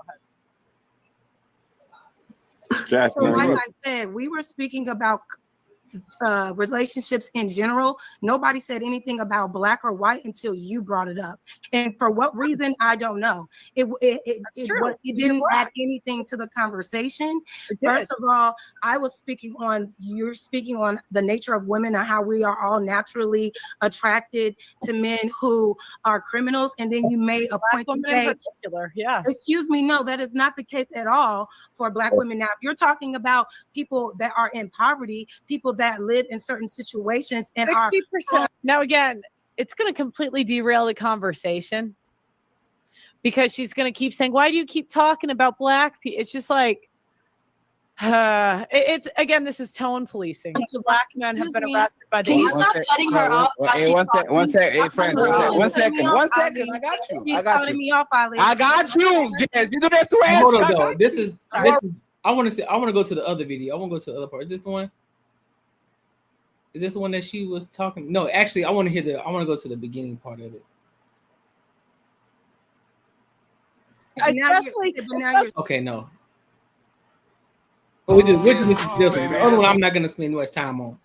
But I know she said something in here that I wanted to catch. But I'm trying to so we'll just listen to this one through all the way through, and then I'm going to listen to that are violent. So watch what you say up here. You got a really smart mouth, and if you're going to have the conversation, try to be respectful. And all this trying to get me to hurry up, I'm gonna take my motherfucking time. Oh my God! Can we do Hey, there was no.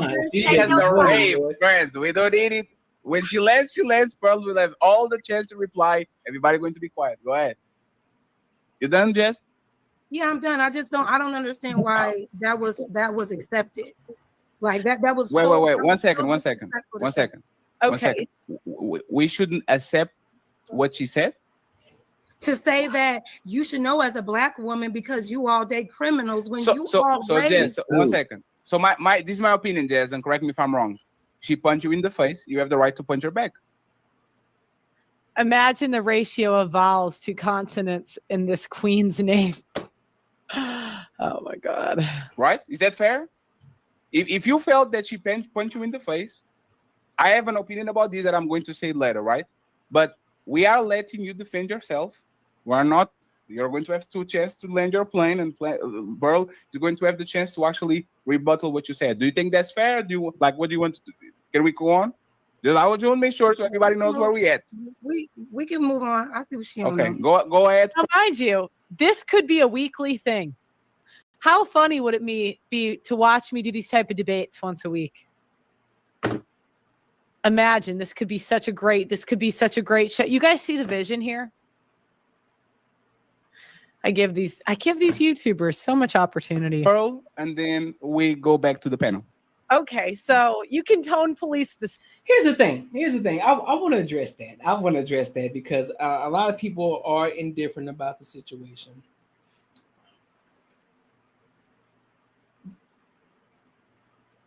There was an opportunity here. It was. Now, disclaimer.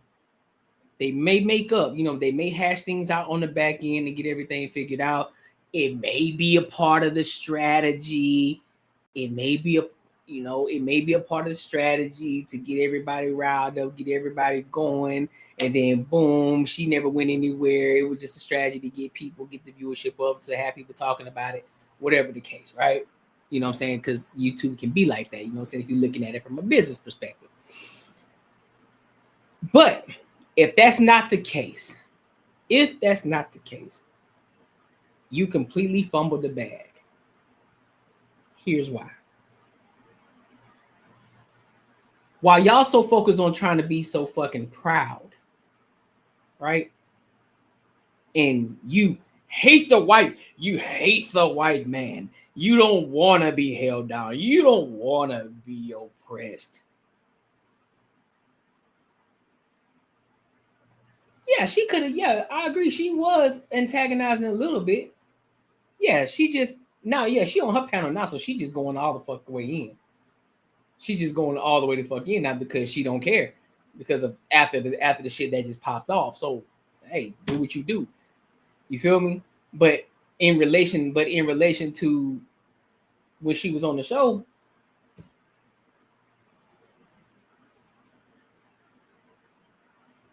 you can tell she never had any real life interaction with Black people. No, I agree.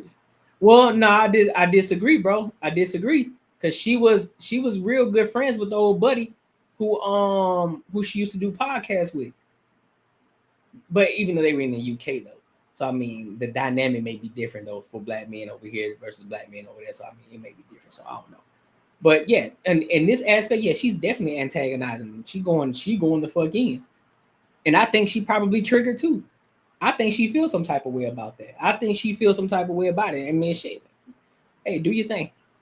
But yeah, she going to fuck in on Jazz's name, which is it's uncalled for. It's definitely uncalled for. But to get back to the point that I'm making,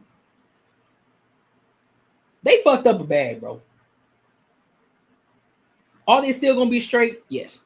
Will they still have another opportunity, maybe with another YouTuber? Yes, I'm pretty sure, right? But this was an opportunity they could have really gained. They could have really got skyrocketed to their platform. And they probably could have made a hell of a bag. She probably could have. Well, they probably could have got a crazy bag and then use her. Hear me out. Because I know Jasmine mentioned, well, she was just using the Black people. And I said, listen, what you should have said, you should be looking at it from a business perspective. If you thought that was the case, they could have used her. she decided to come onto their platform, right? I just looked at the viewership. I just looked at the subscriber to viewer ratio, was the two, and I just compared the two while this shit was going. She got way more followers, way more views than what they have, right? So her followers could have been over there ramping their shit the fuck up. They could have been getting a crazy ass bag, and they could have used that to their advantage to help anybody else, because I don't know who they're paying or who they're not paying, but they could use that to their advantage to help the people on the platform for the consistent people that keep coming. They can pay them.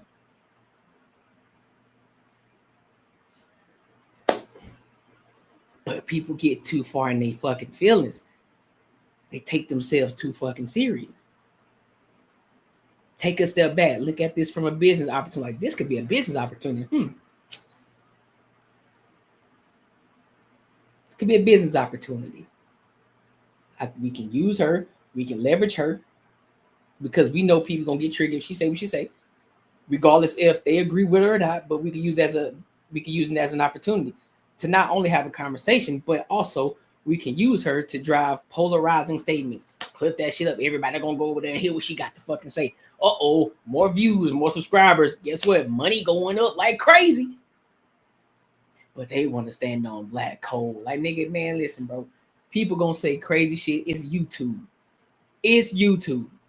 Niggas gonna say egregious shit. They gonna say crazy shit. Some of them, the shit that Pearl just said, the chick who did blackface, that's 10 times worse. The Lily getting the chick that I did a live stream on, and you talking about Pearl. Shorty did blackface. She did blackface. And just because she said black people, you see what I'm saying, bro? Like you see what I'm saying? Like, it's just crazy to me. Maybe I'm off, man. Maybe I'm a little tripping. I might be. Simps and women that respond to shame, but you're not going to tone police me. So anyways, going back to the stats, the reason that I said that was two reasons. The first is that I interviewed 1,000 people. A good chunk of them were black women. And I just noticed that they had a propensity more likely than other races to date criminals. It's not really an insult, as I could go into details about the types of men. Mind you, they still going to get subscribers, though. They're still going to get followers off of this. They still are, because she was on the show and now she's reviewing the shit. She's doing it more than once. So they still are going to get followers on the shit. But for her to consistently keep coming, though, they could have ran that shit up. Women tend to date that are irresponsible. Angry man. I've just noticed different trends in different communities, and it's kind of backed up by data, because 60% of black men have been arrested by the and Tommy Sotomayor, bro. You know, hey man, listen, they fucking up a lot of bags. They fucking up a lot of bags, dog. Real talk, they fucking up a lot of bags right now. Now that I think about it, that's crazy. 25. So like, if your dating pool is black guys, 6 out of 10 are going to have been arrested. Why would I not think that it's more? Well, no, it's 4 out of 10. It's 4 out of 10. Well, if arrested, right? If arrested, it's 4 out of 10, not 6 out of 10. So let's make that correction. We've already debunked that. It's 4 out of 10 that have been arrested. 33 have been convicted. 33% have been convicted. You know what I'm saying? So look, come on, Pearl. Calm your nerves now. Calm your nerves, shorty. They've already debunked that. Stop saying the 6 out of 10. No, it's 4 out of 10. Relax. Exactly, Courtney. You see, that's what I'm saying, bro. They aren't. Again, I'm only looking from the outside. I'm only seeing it from the outside. I don't know what's going on behind the scenes, but what it seems like and what it looks like is like they fucking up a major bag right now. A major bag. And you know what's hold up. I'm finna derail. You know what's fucking crazy? Listen, I don't care. I need to line up. It don't matter. You know what's crazy to me? Each situation, I don't know if it was, I haven't seen the anger, man, but because you mentioned that to me on Bull City, that makes it 3 for me. But out of the 2 situations that they done fucked up a situation where the bag has been because of female. Hey, man. Hey, hold on, fam. It's been because of a woman. Hey, dog. Hey, listen, man. Listen. I ain't being misogynistic here. I'm not doing that. But understand something. Ain't nobody finna run my platform. No, sir. There's nobody. Now, if somebody just blatantly get disrespected, of course, I'm gonna have to check the shit, right? I'm not crazy. But 3 times? We gotta have a conversation, bro. We're gonna have to talk offline. We gotta talk offline. Oh, Courtney, you can't say she doesn't know how to raise her numbers from a business standpoint. No, that's what I'm saying. She knows how to raise her numbers from a business standpoint. They don't. She does. They don't. That's what I'm saying. Pearl does. She raising it. She know exactly what she's doing. She done got demonetized and got back on here, and she's still doing numbers. So she know. I'm just hoping and praying that they know.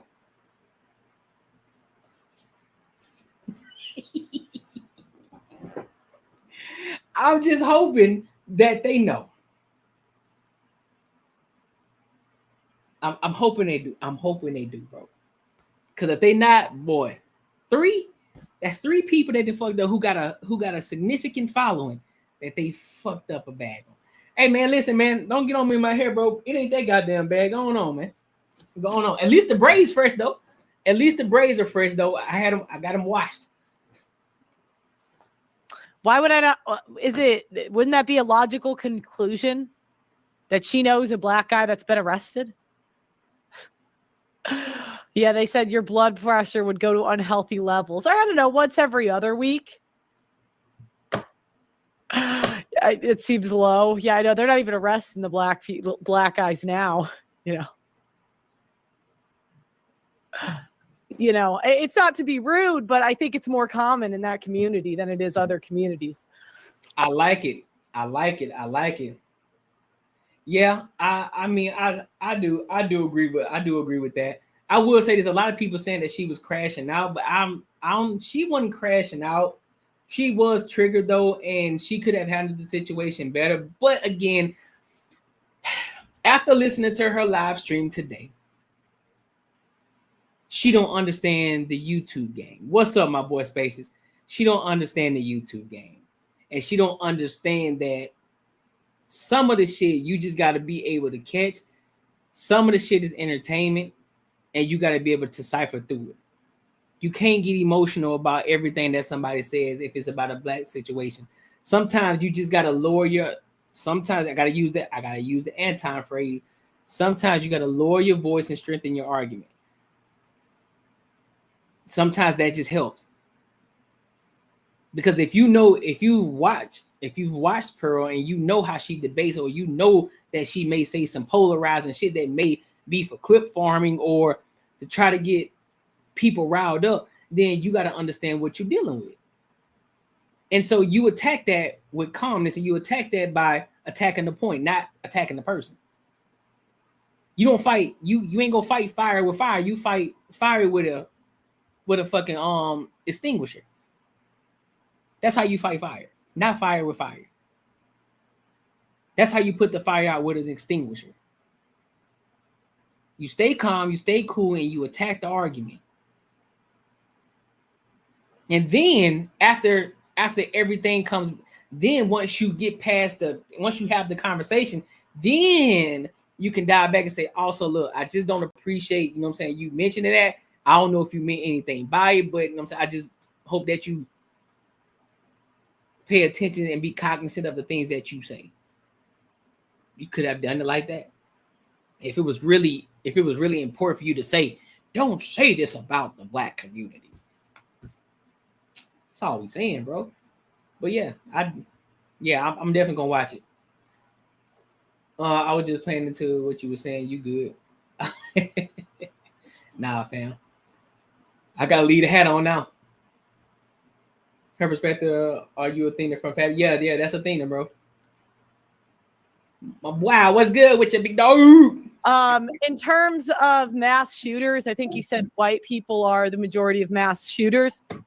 I would say that's true, and I wouldn't crash out on you for saying that. So Again, if you want to get offended, that is a choice, and that is your choice, and you have the right to do that. So okay, I'm gonna pause right there. I'm gonna play this last video. I guess she's talking about Jazz in particular. So she put both of her faces on that bit. So hey, listen, Jazz better lean into it. She getting that visibility. She just started her she doing live streams on her YouTube now, so she better lean heavy into that shit. Better take advantage.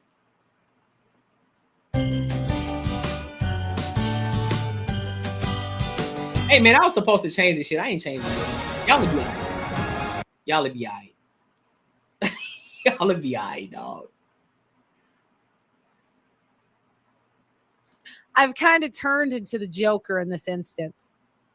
And I've told this story before on the show. Yeah. I went to England. I was playing volleyball in England. I was living in a mostly, it was a pretty diverse area with a good chunk of Black people. I don't know if it was majority Black, but it was close to it.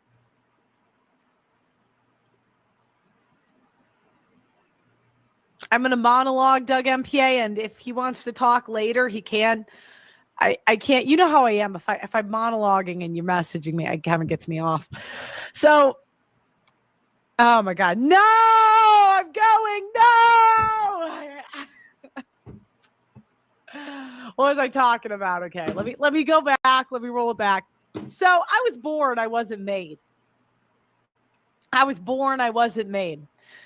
I would say, like, again, I grew up in a pretty white area, and you know, it's funny. My mom always said when there was a Black girl on my volleyball team, I was always friends with her. Like, I remember there was one Black girl in my class in middle school, and she was like my best friend in middle school. I don't know if I was hers, but at least on my end, I was like, I loved her. She was so cool. She was such a cool chick. Went to high school. I mean, there's a Black girl on my volleyball team. I used to drive like an hour out of my way to pick her up because she was on like, she just always had a hard time getting to practice. And I'm not saying that to make me look, I'm just, you know, clarifying. She was one of my favorite people. I like drove to her college. That was a few hours away to go visit her. So I don't know, race just wasn't a big thing for me. I never really cared about it.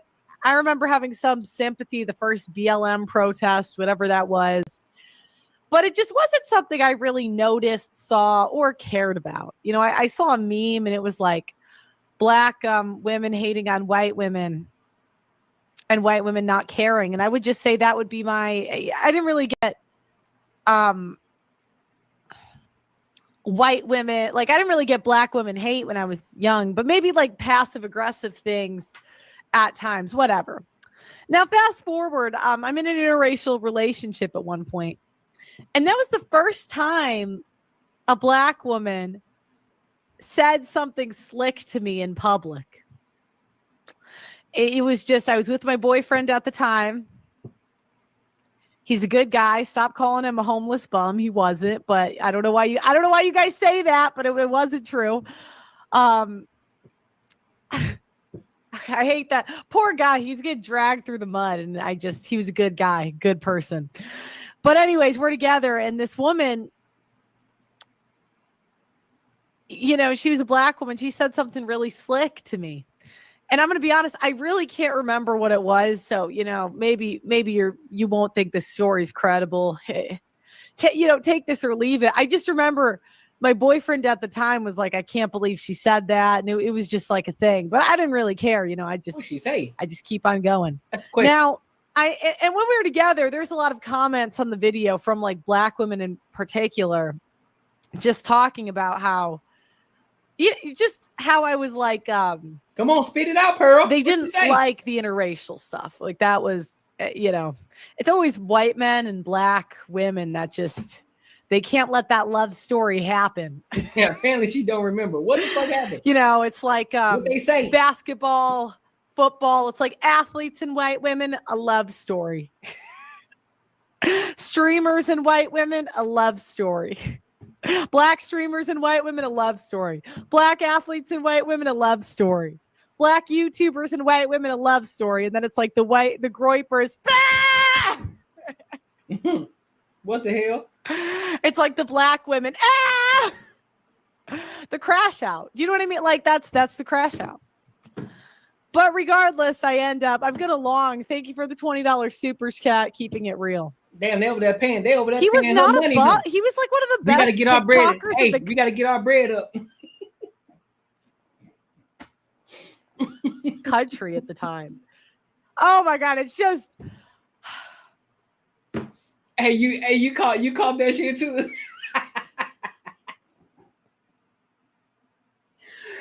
Let me tell you about my two black friends. Shorty, just say, listen, white people, and not all of y'all. I gotta call a spade. You don't gotta say my two black friends. Just say my friends. That's all you gotta say.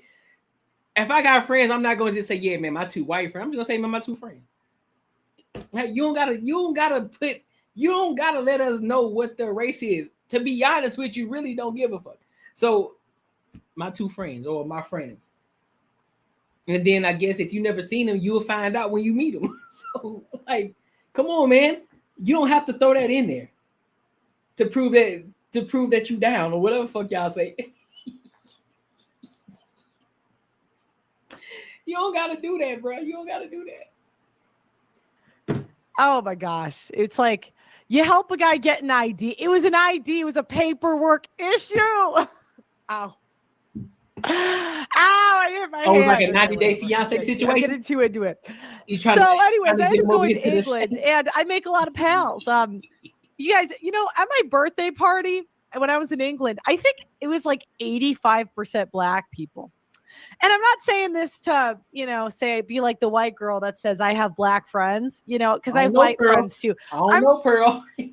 Hey, you riding a slippery slope right now, big dog. You riding a slippery slope right now, man. Pretty easy to get along with, I think. So shockingly. I think Anton got a good relationship with shit. I can't talk. I think Anton has a good relationship with Pearl too, don't he?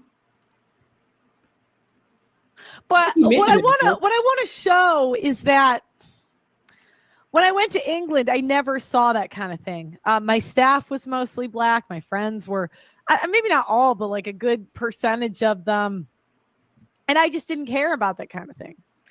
That was until I had Nick F on my show. That's what I'm saying. Now Nick F comes on my show. And I do an interview with him, and I understand why people have their opinions on him. But at the time, I was a very free speech platform, and I felt like that's what I'm saying. He does speak highly of her. You know what I'm saying? They've had conversations, so that's what I'm saying. Like, listen, I don't think she has ill intent. Let me be honest. I don't think she has ill intent, but I just don't think that she knows how to. She just talked the way that she talked. Just call it that. She just talked the way she talked. It's kind of like Shampoo, right? Shampoo, I don't think Shampoo is the kind of person that's gonna code switch for nobody. He gonna talk how he talk. So I think that's the same situation in regards to somebody like Pearl. I ain't finna code switch for you. I'm gonna talk how I talk. You just gonna have to get used to it. I think that's what this situation is. Some of us know how to code switch. Some of us don't. Some people like, I really don't. I really just don't know. Yes, I mean, hey, listen. Some people don't know how to communicate effectively. Some people don't. They just talk how they talk. Some people just talk how they talk.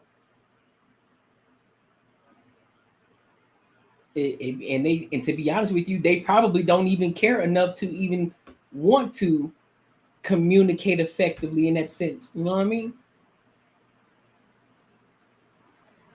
Yeah, that's what I see too. Yeah, that's what I'm thinking. If I want to have a 3-hour conversation with somebody, I don't see what's wrong with wanting to do that. And a lot of men kind of start doing, black men in particular, start doing what women do, which is tone policing. And essentially, tone policing is trying to control speech and conversation. Huntley, Illinois. So you don't say information that offends people. Say yes to this ride-on golf cart. You would scroll past. And for larger vehicles, Sam's Club roadside. I agree. I mean, her content isn't it for everybody though. You know what I mean? I don't watch her. I don't watch her as much. I'll catch glimpses of some of her content, depending on who she's talking to or who she's interviewing or who she's reacting to. But I try to listen to a lot of different content creators to get a different perspective from them, not just from one video and then people, oh, this person is racist. Like, I ain't going just based off of that. So when I say a lot of things, or if I talk about a conversation like her, I don't think she's, to be fair and to be, I don't think she's racist, but I just don't think that she knows how, like you said, Joe, I don't think she just know how to communicate effectively. She just talk how she talk and she really don't care. I think that's what it is. So it'd be one of those situations. So she might say some shit that she may think is like, oh, okay, well, I just said this. I didn't mean nothing by it, but somebody may take it as a different way. You see what I'm saying? Nah. We from, she good. She just rambling. She's just rambling now. So we'll get off of that one so we can move to the next topic.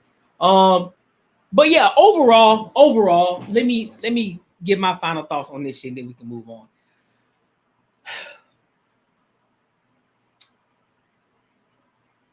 One, Black people stop getting triggered over everything. That's one. You can't get triggered over everything. You can't be a victim all the time. Sometimes it ain't even just about rolling with the fucking punches. It's not. Sometimes some people, that's just how some people communicate. You just got to understand who you're talking to and be able to hold frame and have a conversation if that's what you're actually trying to have. 2, stop calling everything racist. Stop calling everything racist. Everything is not racist, bro. Just because a white person said it don't necessarily mean it's racist. It don't. Now, are there some people who actually mean that shit, like Lily Gaddis? Yes, they mean that shit. They feel how they feel. It is what it is. It be like that. Just like some of y'all black people. Y'all niggas is racist too. Yes, you are. And don't hit me with no bullshit that, oh, black people can't be racist. Yes, you can. Just like Asians can be racist. Just like Mexicans can be racist. All y'all niggas, all y'all racist. Anybody can be racist, bro. And 3, Ilkan Ali and Fatty. Your panel is gonna be straight regardless. I still think you got a dope channel. I'm gonna react to it regardless. I'm still gonna sit on and stand on 100% of what I said. I think that you should have moderated it better. I do. It went way too long and it went way too far left. And y'all should have nipped that shit right in the bud then. If that was such a huge situation, which it wasn't, it shouldn't have been.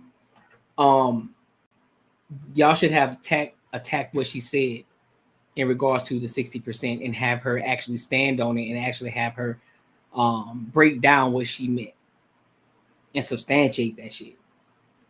Because if you really wanted to make her look silly, that's what you should have done. And actually brought her the real facts and stats and like, oh, okay, well, it's this percentage, this is what it is. You know what I'm saying? It's not that many people. I don't live in that proximity. But again, y'all fell for the fucking bait. You fell for it. Some of us fell for the bait in a different way, like myself. I fell for the bait because I'm like, oh, good content. Yes, we finna react to it. Yeah, so yeah, 100% I fell for it in that regard. But I didn't fall for it in the sense of she said some racist shit. No, I don't think she did. But I do believe that what she said, she just threw a number out there just to see if it was gonna stick. But y'all didn't catch that. Y'all decided to get triggered because she said black people, black women date black men that are at 60%, they get arrested at 60%. What?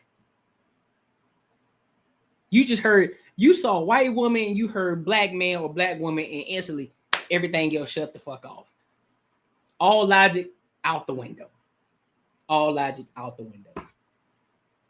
So if you really wanted to have that conversation, which is why I think it's important for people from different platforms or different spaces should come over to other platforms like black platforms and actually open the space so people can actually talk and have the conversations versus some of them being ignorant and just saying shit just to be saying shit. so you can actually educate them instead of getting triggered. But that's what you don't supposed to do. You ain't supposed to get triggered. You're supposed to just talk. That's what a back and forth is. You say this, I say that. Okay, you said this, I don't agree with it. So let's debunk that. Let's see, you know what I'm saying? Let's get down to the nitty-gritty of the conversation. Because y'all also threw personal attacks. Well, let me rephrase. Y'all threw personal attacks. During that live stream, she didn't throw any personal attacks at y'all. Especially individually. No, she didn't. Through that entire video that I just watched, she didn't throw it. Now, she started going crazy on y'all on her own channel. Whole different thing. Whole different situation. That's her channel. She do whatever the fuck she wants to. I done said some shit about some people on my personal channel. I was talking about tyranny, egg-headed ass. That's a personal attack. It is what it is. But I would never attack anybody outside of her family. I'll attack her because she's the one that's on camera. I wouldn't attack anybody that she's with. I would not attack her children. I would not do any of that. But I definitely will attack her because she's on camera. She talk way too fucking much. And she look like she a downy.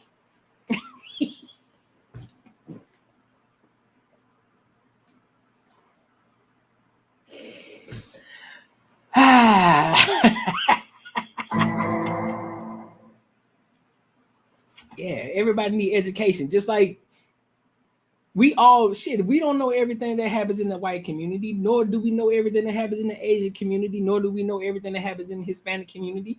Like, we all don't know everything about everybody's community, but there are things that we see. We got eyes to see and we have ears to listen. We see shit that goes on.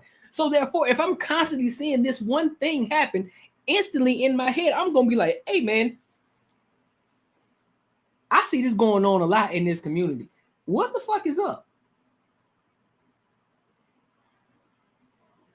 Or we can say, listen, women have a proclivity to want to date men that are typically the bad guys, the edgy guys, the super dominant guys. Like I said earlier, they want the Clark Kent, but they want Clark Kent, but they also want Superman too, because they know how Superman can be dangerous and he's very protective. I don't agree with everything she says, but I do agree with all of that. Well, I do agree. Yeah, of course. And here's the thing. Here's the thing, though. You're not supposed to agree with everything that everybody says. Not everybody's going to agree with everything that I said. I'm not going to agree with everything that Pearl says. I'm not going to agree with everything that Anton says. I'm not going to agree with everything that Jazz says. There are going to be points where I'm going to agree with them. At the same time, I'm going to agree with what they said. That's a part of it, because we all come from different backgrounds. We all have different perspectives. But if we can't have a conversation, if every time I say something like, hey, man, the white community always doing this, next thing you know, everybody get triggered. Well, you don't know shit about the white community. Who the fuck are you to talk about the white community? That's what I see.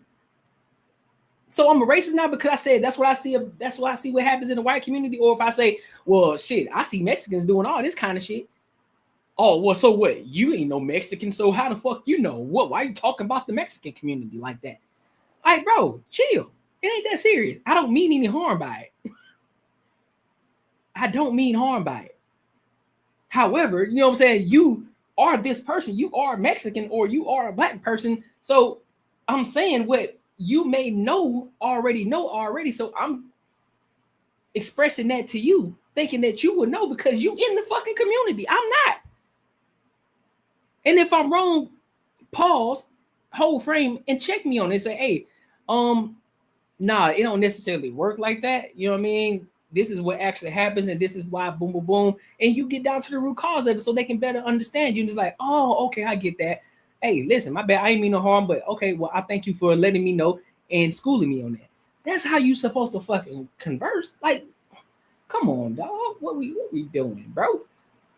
Everyone is going to have an opinion. That's how you respond. Exactly. Everybody got their own opinion. I have some tenants from Central America that throw the toilet paper in the trash can. They don't flush. Biggest culture shock ever. That's what you see what I'm saying? But for somebody who don't even know how to have an open mind, like, all right, oh, look at these nasty motherfuckers. Like, well, did you ever take the time to consider where they're from, you know, what they may be used to and how they do things over there in their culture? Did you take the time to think about that, or you just went off the fucking rails just because you saw shit? You saw brown shit on a piece of paper and you went off the fucking rails. Who the fuck put shit on the toilet paper in the trash can when we got a toilet right here? Who? You know what I'm saying, bro? Who did it? God damn it, who did it? Who put shit on the toilet paper? You know what I'm saying? Like, come on, dog. Come on, man. We'll say that they don't want to pay for the clogging pipes. That's expensive. Hey, exactly. There's reasons behind. So you get clarity first. Get clarity first. Ask the questions. What do you mean by, like, okay, so why are you doing this? What's the reasoning behind that? I'll give you an example. One of my barbers, speaking of barbers, you know what I'm saying? I'm putting my hat on even deeper. My barbers, you know what I'm saying? He's a Muslim. Shout out to him. Right? And so the other guy who barbers with him, he's Muslim too. And so I never understood why, you know, I'm a man of God, you know, I'm not Muslim, right? But I always want to say, hey man, why y'all always pull out those carpets when y'all pray and get on y'all knees? Like, what does that symbolize? What does that mean? He was like, oh, that doesn't mean anything. That doesn't mean anything. That's just something that we do. But you know, we do pray 5 times a day. You know, we take our time out for God, and you know, we pray to God and thank Him for the things that we have, and you know, just praising the Most High. Oh, okay, cool. That's good. Well, that's new information that I didn't know. And we moved on. Nobody got offended by it or nothing like that. Like, it's just simple questions, bro. Like, you ain't got to get triggered by every goddamn thing. Apparently the plumbing systems in their country are not reliable. That's why they do it. They know pipes are corroded. All right, so look, make sure y'all like, comment, and subscribe for the algorithm, and make sure you hit the bell notification. If you want to support the channel, you already know you can hit the super chats up, or you can hit the cash out, which is in the description. You know, it's definitely appreciated. It's not expected. Also, tap into the Patreon. I got some video. I'm supposed to be making a new video this week. I think I'm gonna make one Friday. Got a new video coming up Friday. Already got 0 to 1,000 subscribers in the Patreon as well. I got that video already posted up. I got the ebook on how to invest your money properly if you still got your 9 to 5, so that way you can start making your money work for you. We adding value in that thing. You feel me? So make sure you tap in over there to the Patreon. And yes, you have to be a paying member in order to get access to the videos and stuff like that. Yeah, tyranny is a motherfucker, bro. Tyranny is something serious. Yeah, she is unfucking bearable. Oh my God. J. Cole, sewage pipes are. She is unfucking bearable. I saw the debate between her and Melanin. Oh my God. I have never been so triggered in my life. I'm like, dog, where y'all find her at?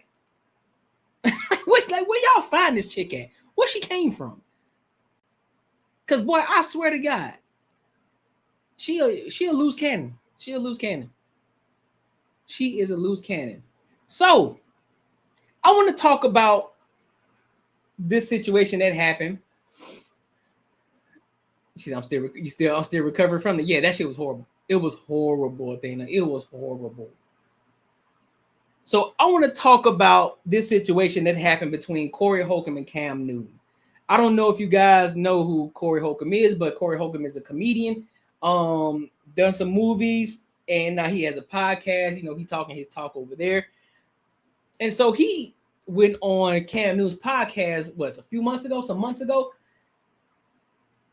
And, you know, they were talking about dating. You know, they were talking about Dr. Cheyenne Bryant and all of that shit. But then at the end, Cam always has his peace out moment, you know, before they shut the cameras off, and that's the end of the podcast, right? So come to find out, Corey Holcomb got some more information in regards to the type of sign that Cam Newton throws up at the end of every show. And he found that out because Mr. Jason Wilson, y'all know who Jason Wilson is, the bald-headed black man with the big old white Jesus beard. You know what I'm saying? And you know, he teaches martial arts. He, you know, he gives back to the youth and things like that, write books and all that different things like that. And so he was on Cam Newton's podcast as well. And Cam Newton, you know, typically does his whole little outro situation, but Jason Wilson wasn't going for it. He said, I can't support that on live camera. And Cam got distraught. So what I'm gonna do, try to say I want to play this. I'm gonna play the reaction first. I'm gonna play what happened first, and then I'm gonna play the Jason Wilson, and then I'm gonna play the Corey Holcomb. Then I'm gonna play the Corey Holcomb after he's seen Jason Wilson reject Cam Newton for doing that. All right, so let's go ahead and get into it. I'm glad I ain't put the thing up.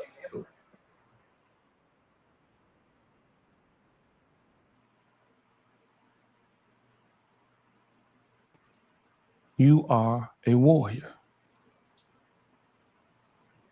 Show yourself a warrior. I received that.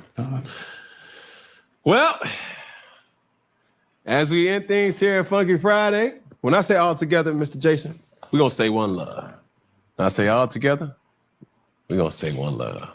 I would have loved to have a question from the crew today with certain individuals, but that's going to have to wait. Yes, sir. Yeah. As we end things here at Funky Friday, when I say all together, we're going to say one love. When I say all together, we're going to say one love. When I say all together, we're going to say what? One love. All right. It's going to look similar like this. You got your camera or my camera right here, your camera right here, our camera right here. It's going to be one finger. Then we're going to add the pinky, then add the thumb. And when I say all together, we're going to say what? One love. You ready? Here we go. One finger. You got to do it with me, brother. That's just the sign of love. Okay, so I hear you. Can I share something else? Please. This symbol is called Mana Canuno. It's a satanic salute as well. Google it.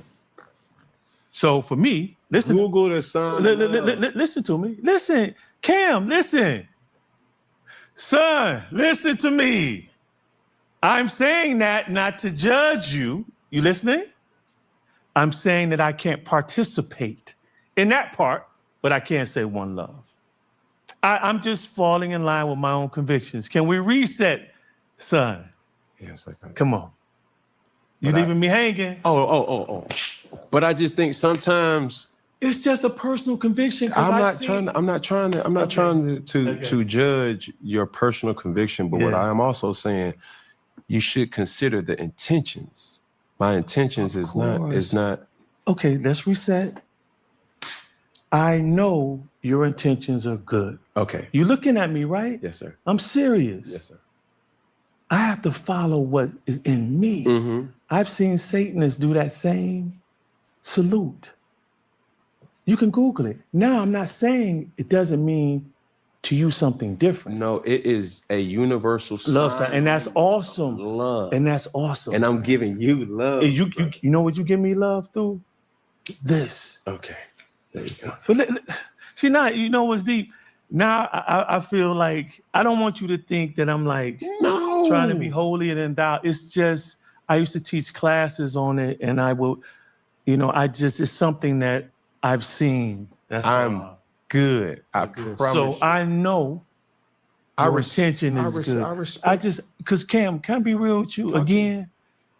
As soon as I shift, I got a side of me that I beat down so that I don't be disqualified like the scriptures say.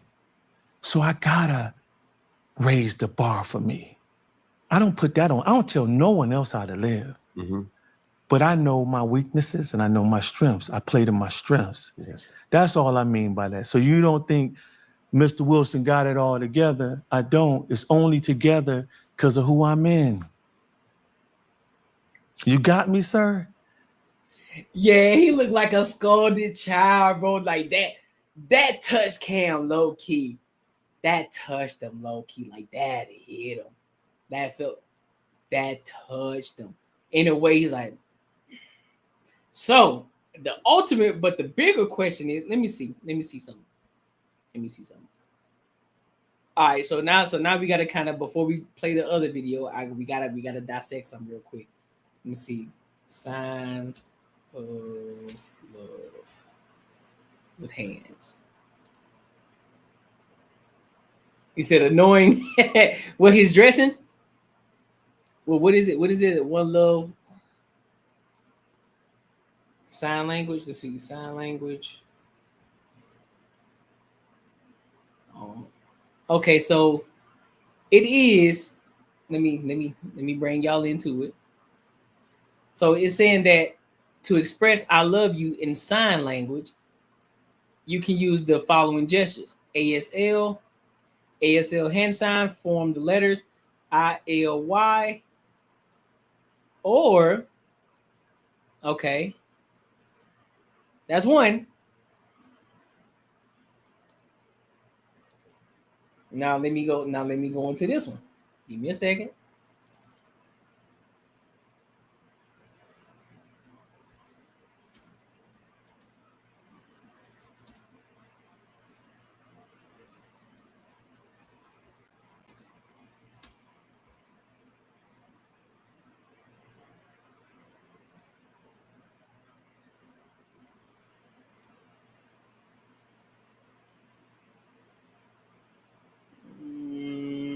Where's that? Let's do the.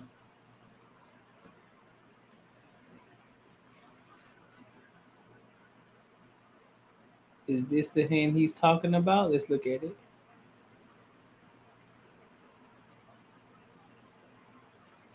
I don't see.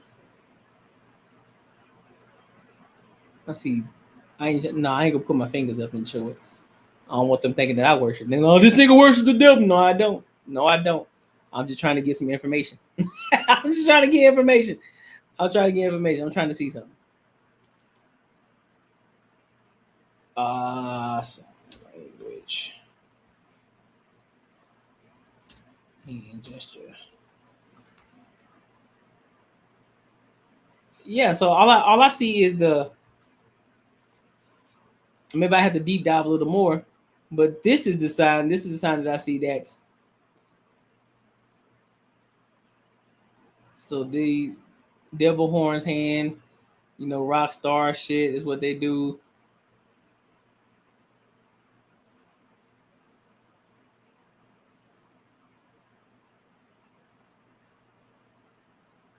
Oh.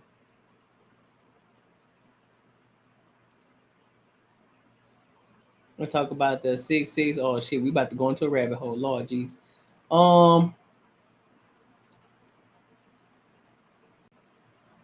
Yeah, I don't see the hand. He just throw.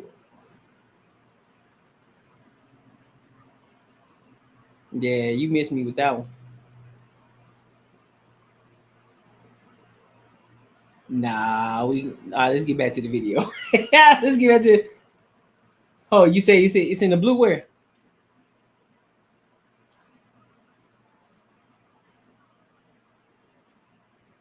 Right here?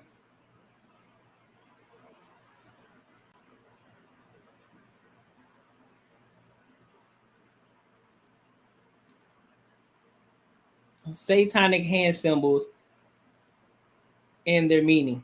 Oh Lord. That's what that means. Oh man, we've been out here doing. Oh Lord, we've been out here throwing up satanic symbols. Hey, power to the black people. Y'all see this fist right here? Y'all better stop. You worshiping the devil. If you see anybody go throw this 366 up, worshiping. Damn, even the peace sign? Nope. I ain't throwing that up no more. They're gonna say fist pounded. Nah, we're gonna do elbow. What's good, big dog? Are we gonna have to? What's good with you, my guy? What's up, Rob Brown? Appreciate you. Nah, I know you lying to me. The thumbs up is a satanic symbol too. Nah, you gotta be lying to me. That's crazy.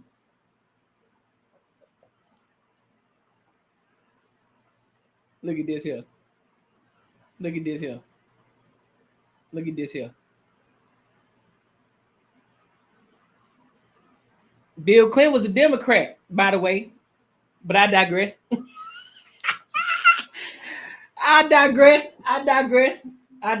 Let me get back to this. Let me get back to this video, man. I digress. that example took it too damn far. You see what I'm saying? See, this is what happens when you go into a rabbit hole, man. Yes. All right. I just want to make sure. I hate I done delayed the whole special moment and everything. We've been on our outro. All right, so let's go over and see what Jason Wilson has to say, and then we'll follow back up with Corey Holcomb. About that, somebody say up there the mark of the beast, Corey. Save on new appliances at Best Buy. Shalom. I truly pray all is well with you and your families. Today, I want to talk about what happens when we truly yield to the Most High's Holy Spirit. The interview I had with Cam Newton recently aired, and it has been impacting many lives and sparking many needed conversations.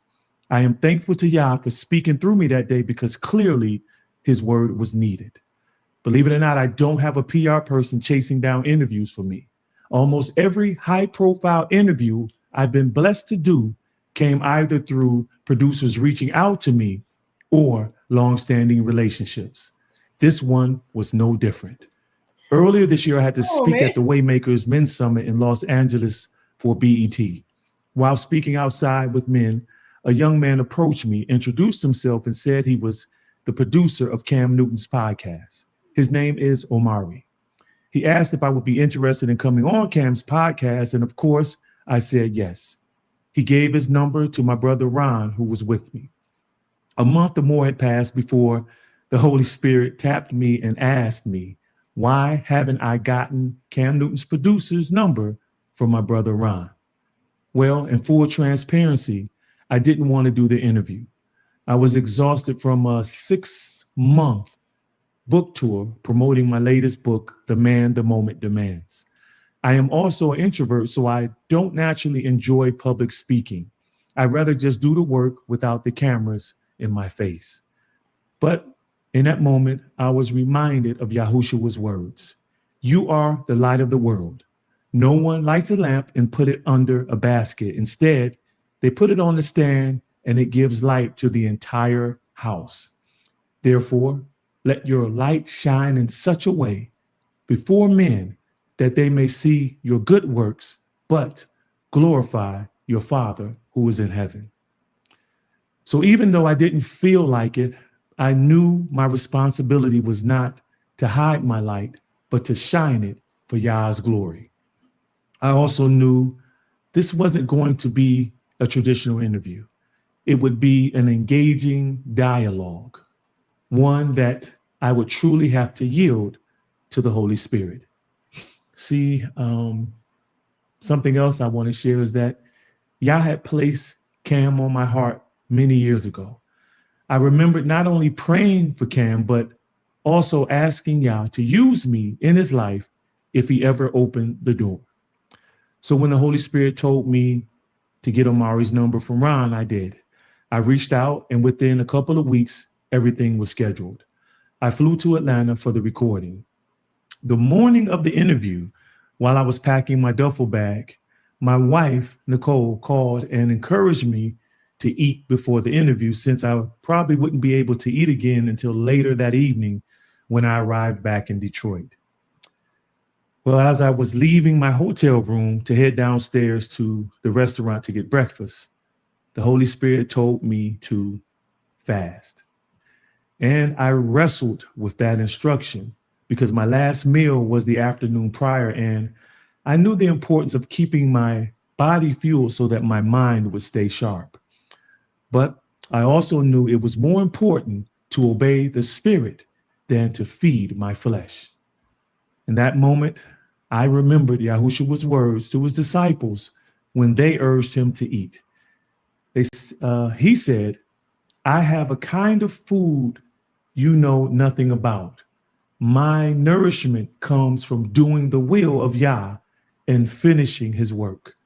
In other words, Yahushua was full from fulfilling Yah's will, not from eating food.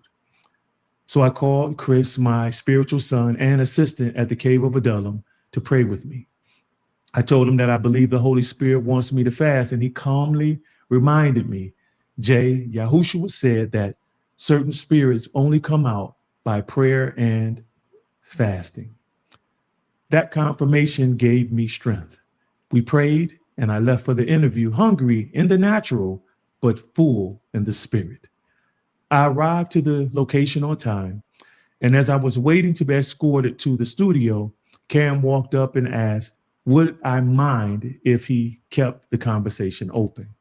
I looked at him and said, Cam, I didn't come here to promote my book or my work with boys. I came here for you. That set the tone for the interview. And in 4 days after airing, it has over 70,000 views on YouTube alone. Countless people have asked me, how was I able to be so patient with Cam during the interview?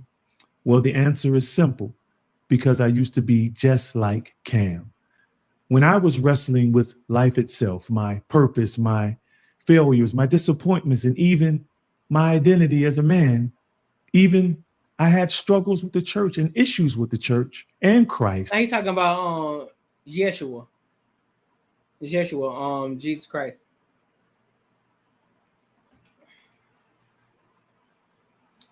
Jesus. I didn't have anyone willing to sit with me and answer my questions without getting defensive or frustrated. God.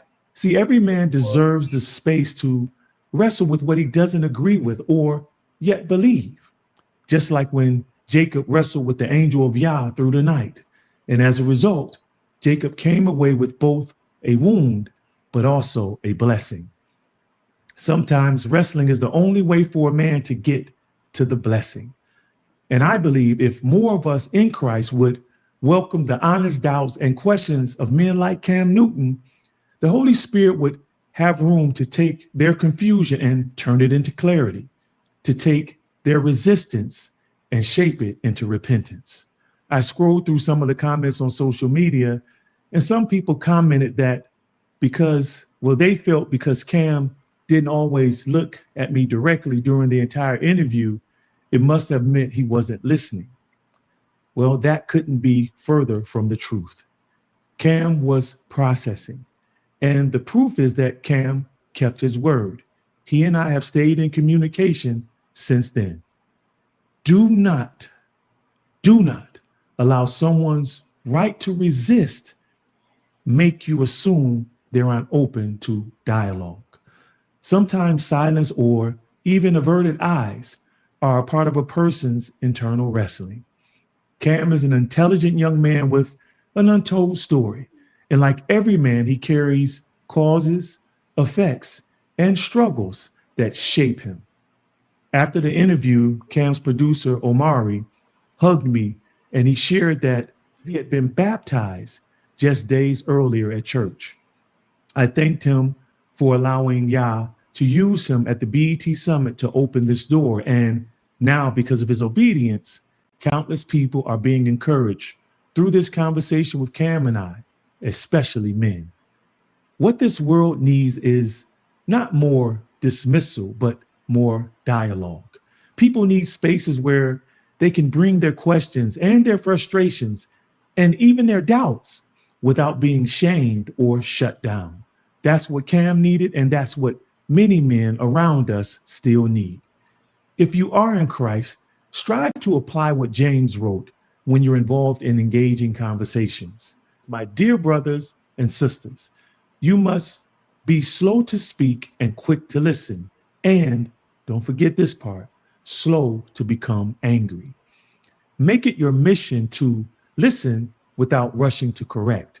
Ask someone in your life who is questioning or doubting whether it's life, Christ, their own existence, their purpose. Ask them sincerely, what do they really believe? What are they struggling with and why? Then sit with them, listen, and engage.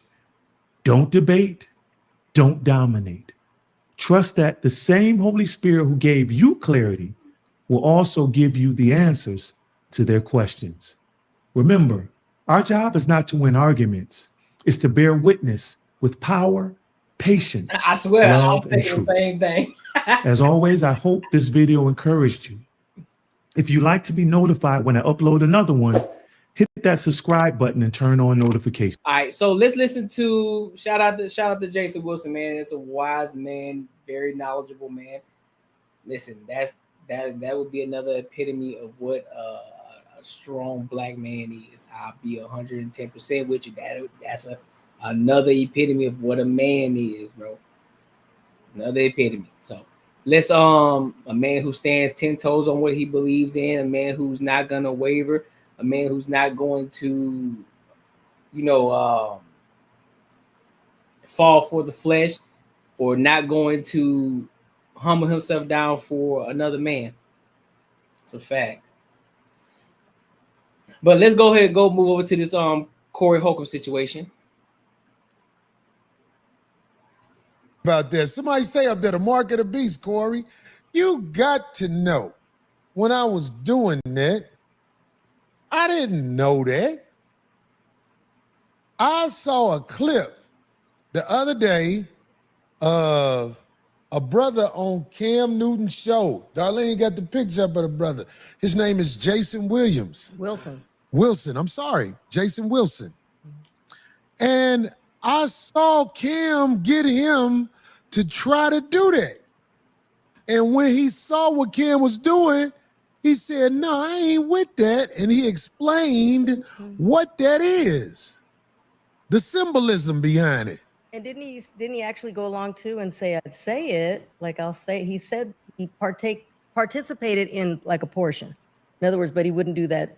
He wouldn't do that sign. Right. Okay. I want this to be said.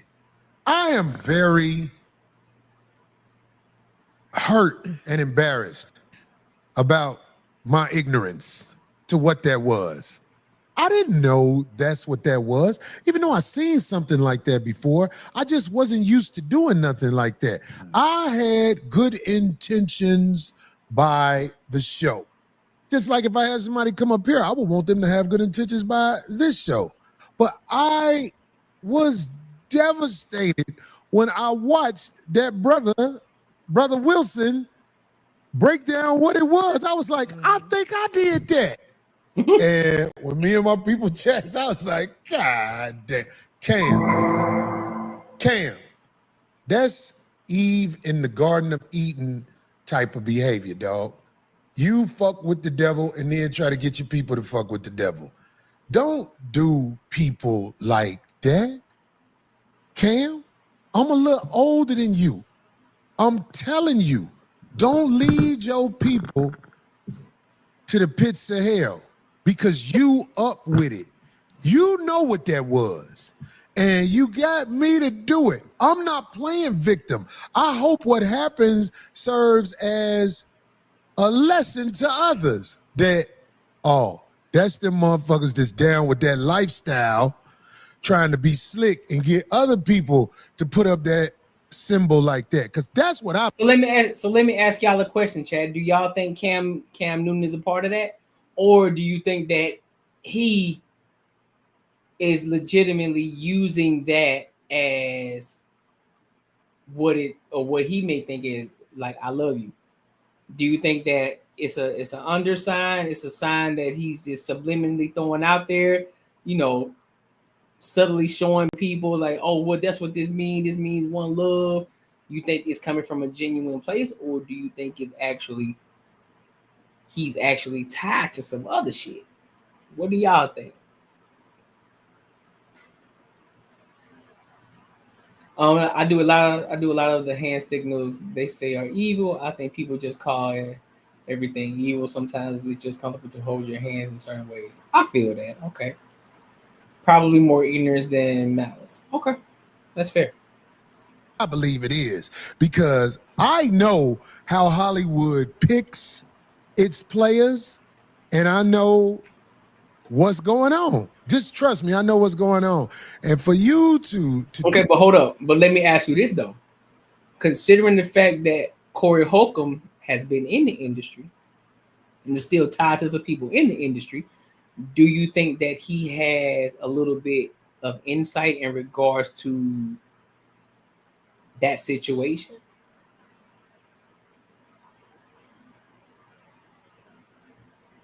Because think about it. put it like this. Again, here's an analogy. Consider this. If somebody who's never experienced what it's like to be a college basketball player, right? And I bring you into my world. And I show you, and I kind of show you around. And I tell you, look, this is how we do shit over here. This is what it is. Blah, blah, blah, blah, blah, blah. You're kind of ignorant to the situation of what's going on, right? So I can either be telling you some bullshit of actually what happens at practice and not giving you the full information, or because I do have more insight, I can tell you actually what to expect when you get into college. What do y'all think? So maybe I didn't break that down because that sounded kind of weird. So you're a high school student. You've never been to college before, but you talking to me. I've been to college before. I've done all that shit in college, right? And so I could come at it from two places. I could be malice in it. Look, bro, don't worry about it. Just go in that bitch and just be confident. I promise you're going to be straight. Or I can break it down from a different perspective. Say, listen, bro, you got to work your ass off. Cool. You were the bomb.com in high school, but you ain't shit when you get to high school. When you get in college, they don't care about it. You got to work your ass off. Biggest thing is work on your defense, and you'll be straight. But just continue to keep working. So would you say it's an innocent as that need leg?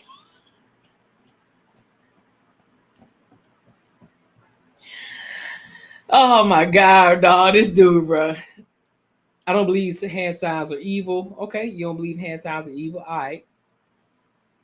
It says innocent as that knee leg cross. Boy, you is wild, dog.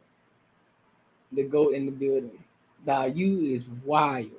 Oh God. Do that, brother. It's very disappointing. Don't be slick with your peoples, man. See, I was in awe of Cam Newton. Cam Newton was one of the baddest to ever play the game, if you ask me. What he did down there in Auburn. Oh yeah, that's my point. So because Corey Hogan has a little bit more insight, you know what I'm saying? Would you take his word for it? Would you be a little bit more willing to hear him out in regards to what actually goes on? Because he's actually in the industry and he's more tied to it. Well, he's tied to some people that's still in the industry. Was nothing short of stupendous. And when I met Cam, I was like, man, gee, all that.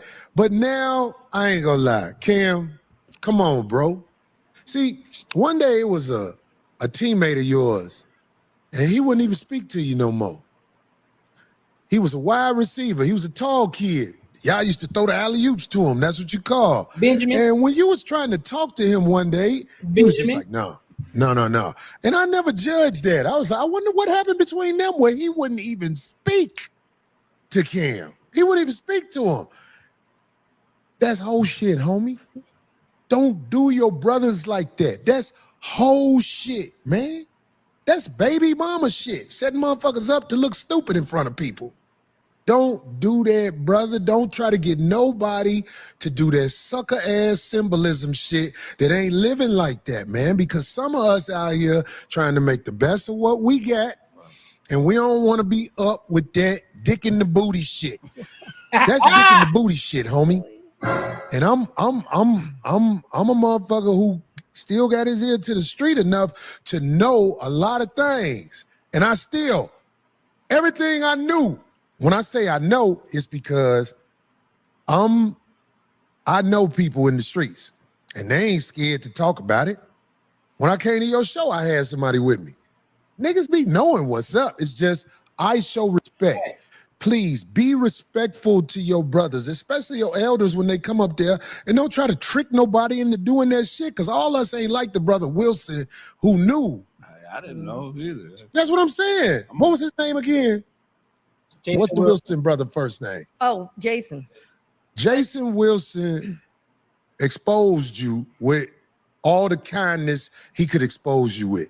And I ain't gonna lie, when I saw it, I was like, well, God damn, I did that shit. I know. But I'll see that somebody else is saying that too, Marco. Like somebody say that sign don't mean shit. Okay. No, there's different. No, but can I speak on? There's different variations because in rock we do that too with body count. We do that. Like this. It's all the same symbolism. It can mean satanic shit. It was used to ward off evil eyes. It was Black Sabbath's grandmother who's Italian. There's a lot of different meanings. Everybody uses it. And also, did you know the reason why I guess they were saying, or Cam is saying he does it, because in sign language it means I love you.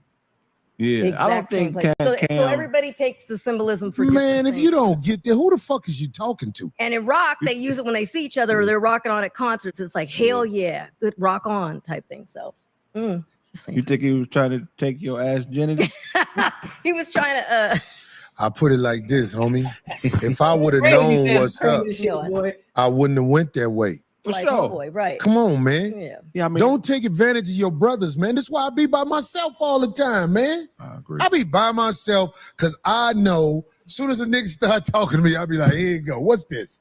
Here come the sucker. Hey, that's shit. a fat. Right. That's a fat boy. I mean, I don't even know man, look.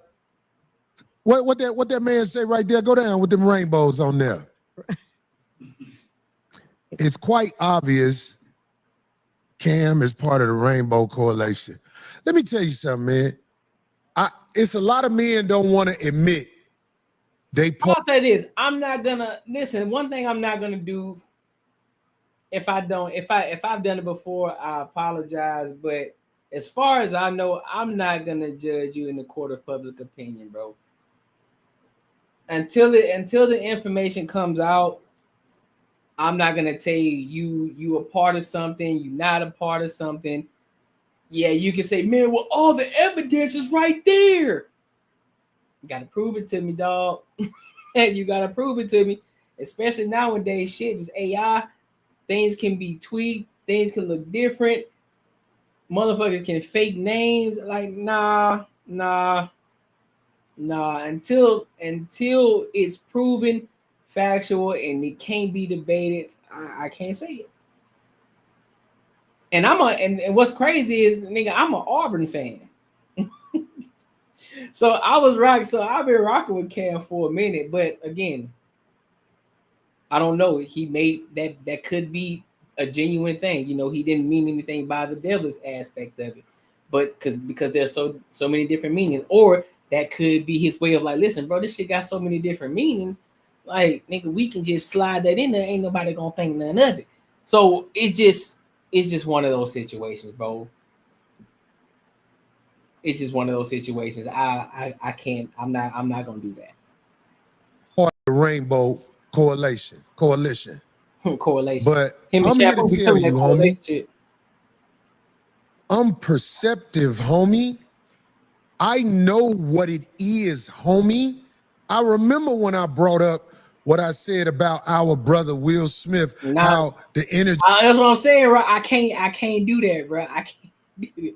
Technical issue pitchfork is devil. That you see what I'm saying? Like, that's a whole devil right there. So is the whole school satanic? You see what I'm saying? So I can't sit up here and just say he is. We know. Here's the thing. We all know, even though we be joking about that thigh-to-thigh action, what I'm saying, which is crazy work. I've never understood it. But we also know some of our old grandfathers and shit. Them motherfuckers was sitting thigh-to-thigh all day long, but be some of the most masculine individuals we ever met. So I can't go based off of that, to be honest. I can't say, oh yeah, man, he this way. I can't. You gotta prove it to me. Energy changed in the room.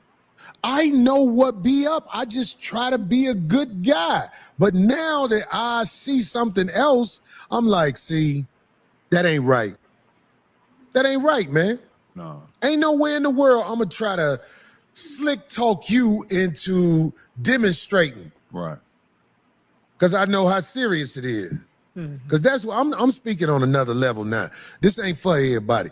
Homie, you slick talking me into demonstrating, man. You throwing me in a burning building, man. Comedian Miss Liz says, I need to sage you real quick after this. Somebody said they need to sage me, right? Miss Liz said, sage Corey. I'm like, man, Joe, why would you do your brother like that, man? And who else has he done it to? But old boy called it out. Wait, did he do it? I don't know. He wasn't on. I don't know about him doing. Oh, he didn't. I'm sorry, my bad. Yeah, You're right. He did Shay Shay Wrong show. show. You're right. Right. Shay Shay don't do this. The little symbols. He wears stretch pants the whole time he talking to you. He be like, "What these balls do, though, boy? What these balls do?" You gotta No. Shay, to be on the show, you got to do some of the show with his See, now hand you on said- your I thigh. thought you- That's I thought in he the did. contract. Craig say your hips must be exposed. Yeah, so but like I said, bro, to be honest, bro, I'm not gonna judge Cam on the situation. Yeah, Corey Holcomb, he felt played, rightfully so, and that's just in which he admitted to, that's just to his own ignorance because he saw Jason Wilson check him on it. But again, Jason Wilson felt in his heart that he needed to say that, he had to stand 10 toes on what he believed in, which again, rightfully so, he was right to do that. You know what I mean? And I can't judge Cam on that in that situation. To be honest with you, I would probably do the same exact thing that Jason Wilson. They're like, nah, fam, cool. You might mean the intent. I understand the intent, but because it has so many different meanings to it, I don't even want to put myself in that position. I don't even want to do it. So I'll say one love with you, big homie. That's about it. But I ain't got no ill intent towards you. Or whatever you got going on, I'm straight. Like, I'm straight. But I love you, though. On the wild shit, the Duke Blue Devils is a Methodist university. Right? You feel me? Like, ain't that some crazy shit? I get a mean ass whooping if my grandmas ever called me like that. Remember, DFO has been in existence since the Bible. The Roman Empire was masculine as fuck. Man, them niggas wasn't masculine, bro. They was undercover. Them niggas was undercover. They were undercover feminine. They was posers, bro. You're a poser, bro. You're posing, bro. I did a video on the 6'7" viral chant. Oh, bro, that shit's going crazy. My daughter tried to say that shit one day. I said, hey, hold the fuck on. I said, where the fuck you learn that? Nah. I said, no, you not. No, you not. Nope. I don't give a fuck what you heard at school. Don't let me catch you saying that shit again. Ever. I said, what we not gonna do is be followers. Just because you hear other kids saying crazy shit don't mean you come home saying that shit. Absolutely not. That shit got nipped in the bud so fast. Boy, hell no. And it's just all about having information presented. But also I explained it to her. I said, listen, that 6'7", that does not mean what you think it means. It is not something that you just say. You don't even know why you saying it. You just saying it. Don't say it. And then I broke it down to her as to why not to say it. And so she was like, oh, I didn't know that. I said, exactly. So stop just saying shit that you don't even know what you're saying. Now, if it goes against your personal convictions, then just don't do it. Exactly. And that's the thing. They can't be mad at it. Robert, I'll shut that 6'7" down every time my nephew and daughter say that nonsense. I tell them, be original. Don't. Exactly, Bull City. Exactly, man. Like, listen, we already know the saying. What if they jump off a bridge? You gonna jump too? I'm like, nah. Nope. Don't be saying random shit. If you haven't heard it here, don't come back to the house saying new words if you ain't heard it here first. I don't want to hear it. Well, bro, that's the crazy thing. They will really sit there and try to argue down. Well, it's just the word. It's just the saying. Oh, see, look, right? I can't stand this nigga, man.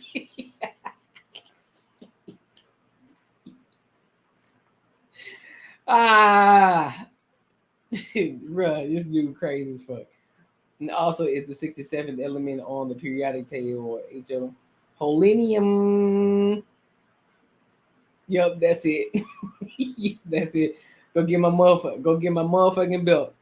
Listen, you already know it's over. When I hit you with this, don't worry about it. When I hit you with that, it's game time. You know it's over with. Oh, you want to play? Don't worry about it. It's over with. It's game on. It is game on now. It's up. It is up from here. Not playing no more games with you, bro. Because you think shit's sweet over here. All right. Nigga, do I look like M&M's to you? Don't worry about it. I got something for you. Don't even worry about it, shorty. Because we all have that friend. We just have it. Bro, for real. We all had that friend. We just happen to have. Bro, you feel me? Bro, listen. That's why we got to run these numbers up. I can't wait till our first meetup, dog. Oh, it's gonna be so dope. It's gonna be so dope. I can't wait till the first meetup, dog. I got some shit in store for y'all. It's gonna be so dope. That's why we gotta run these numbers up. Go mess around. Get 67 lashes. It's gonna be gnashing of the teeth. I'm telling you.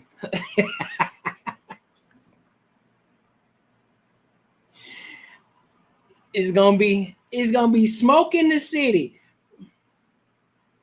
Oh, Black Summer, my bitch.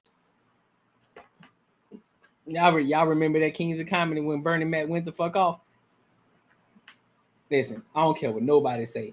Bernie Mac stole that whole show, and then there was a whole situation about that they were saying Steve Harvey was hating on Bernie because Steve Harvey thought he was the main guy, but Bernie Mac was the one.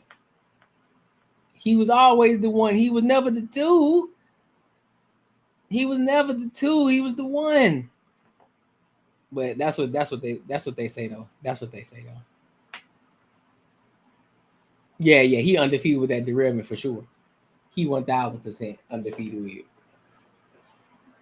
Should I do one more, or are we good? Are we good tonight, man? Are y'all ready to go to sleep? Now we're getting 2 hours and 50 minutes. Nah, we good. We straight. This we did enough.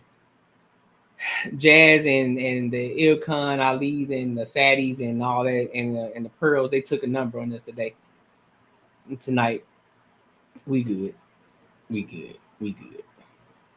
He said Juan Mo. Said Juan Mo. Let's see what this. Do I got? Let me go to this one.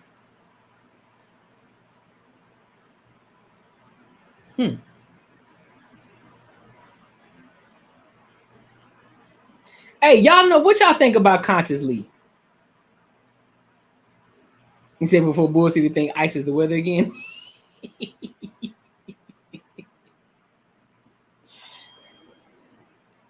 I want to see something.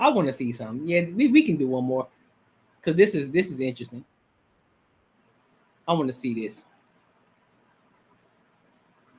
Let's talk about Conscious Lee, the TikToker. Let's talk about him. This is a guy who did a reaction on him. Apparently, he don't like Conscious Lee at all because he's saying Conscious Lee a sucker for the most part. I don't think he said it, but I think that's what he think. I think he think he a sucker. So let's listen to what he got to say, bro. I thought I was bullshit when I was talking about old Pander Lee the other day.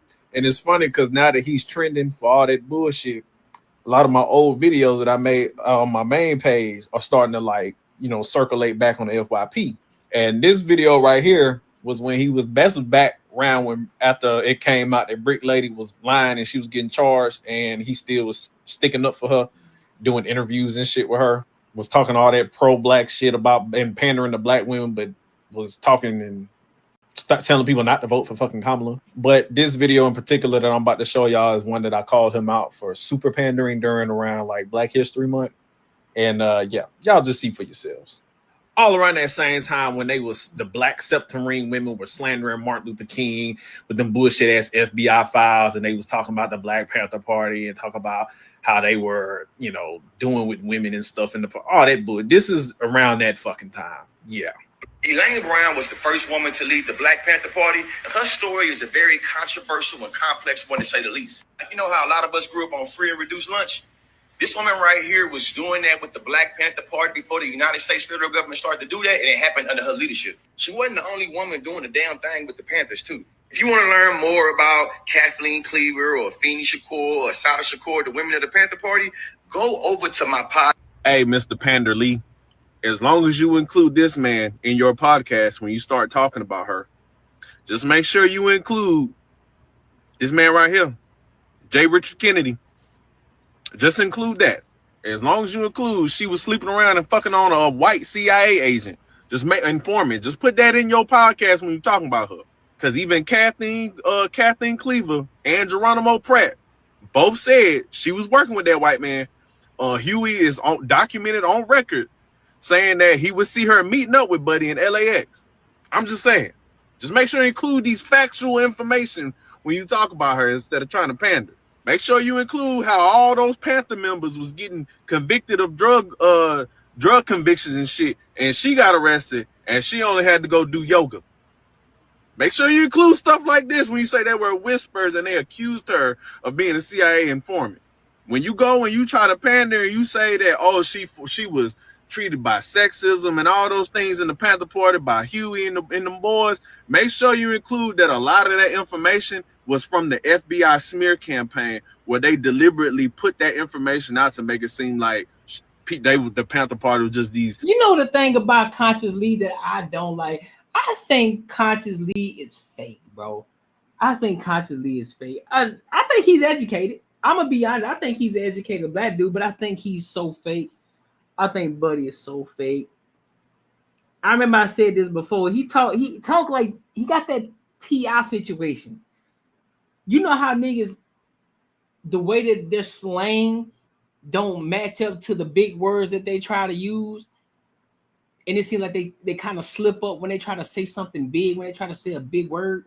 And it's like, you struggling, my boy. Man, you struggling with that word a little bit, ain't it? I know you're slang, but it sounding like T.I. right now. Because of natural proclivity of the, I'm like, man, bro, if you don't shut up. If you don't shut the hell up. I don't know, bro. It's just something about him, dog. I don't know him from a can of paint, but it just seems as if he's very disingenuous. It seems as if he's very phony, dog. It's like he's like the type of dude, he be talking all that shit up front, but then you hear him from the backside. Wait a minute. These savages hold that on, didn't, hold on. you know, hold the fuck up. When you hear him on the other side, that was fucking crazy. That was fucking wild. When you hear him on the other side, he sound phony. You know what I'm saying? It's like he do one thing on one side, but then behind closed doors, he a different way. It's weird. It's weird. It's weird.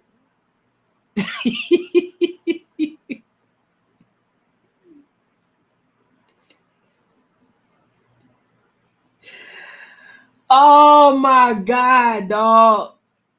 Bro, just let me live it down, bro. Pause. Let me live it down, man. I'm trying to get it out, bro. Pause. God damn. Hey, I shouldn't have done another video, dog. I shouldn't have done another video. I shouldn't have done another video. He's like, who is man? Keep the video going, bro. You can pause to read this, people. This is from the book the FBI wore on Tupac Shakur. Hold on, let's read this shit because they talking about Tupac Shakur.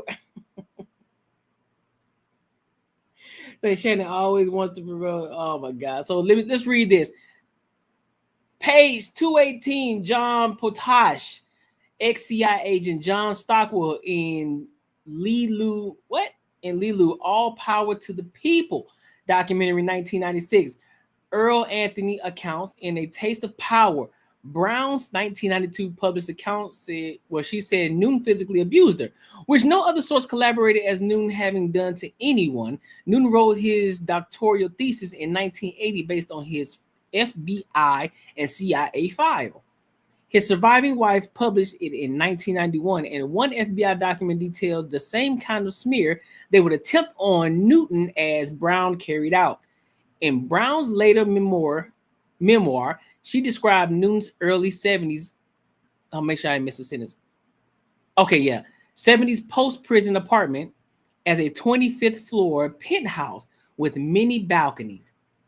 An FBI document described how an FBI media collaborator, Ed Montgomery, helped the FBI smear Noon with a false report in a front-page San Francisco Chronicle article as one of the counterintelligence activities The article characterized Noon's apartment as luxury in contrast to the ghetto-like BPP pads and community centers. Other FBI memorandums detailed their intent to carry out this smear campaign. The FBI also created a fake letter from the anonymous Panther they sent from the Oakland Panther office to Panther offices nationwide, complaining about Noon's alleged luxurious apartment.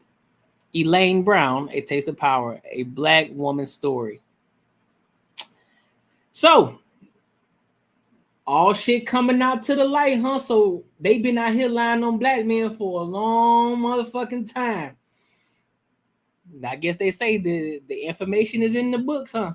The information is in the books. All you gotta do is read it. You'll get the answers that you need.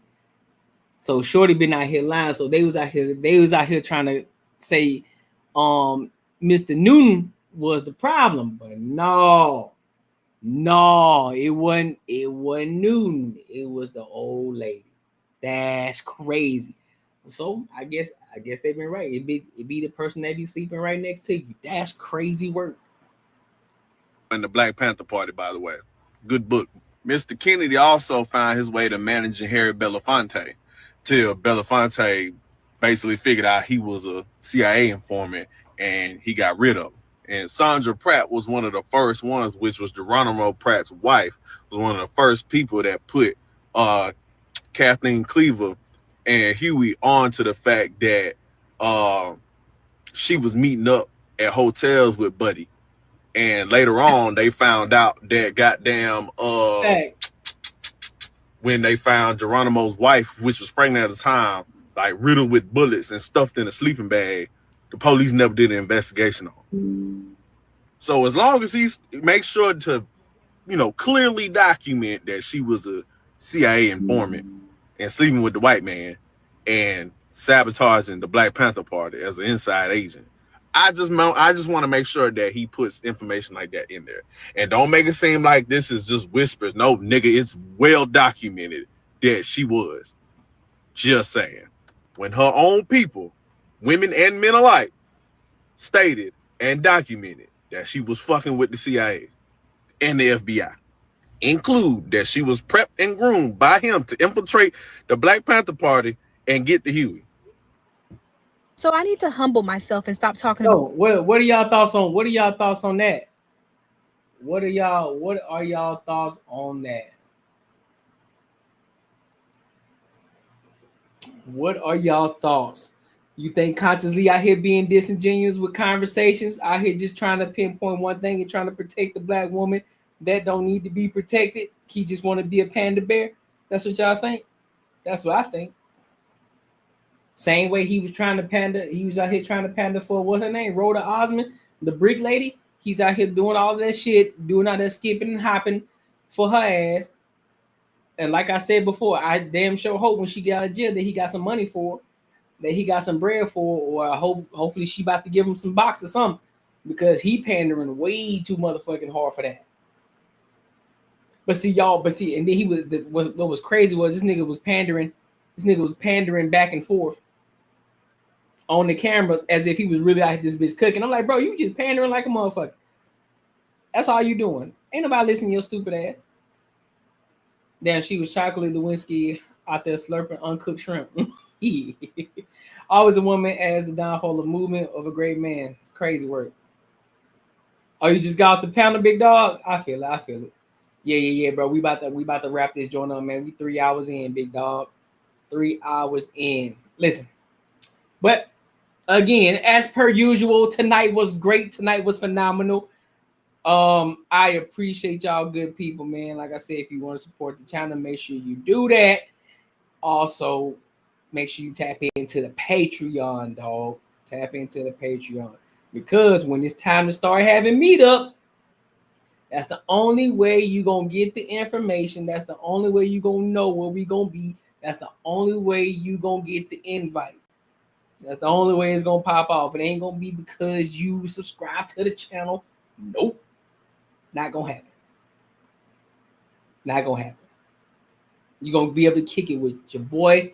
You're going to be able to kick it with Raw. You're gonna be able to kick it with Ashley. You're gonna be able to kick it with Macaroni Tony. You better kick it with Marcus. And you're gonna be able to come kick with all of us and all the Patreon members. You know what I'm saying? All the Patreon members. So make sure you tap in. All right. So until next time, I will holler.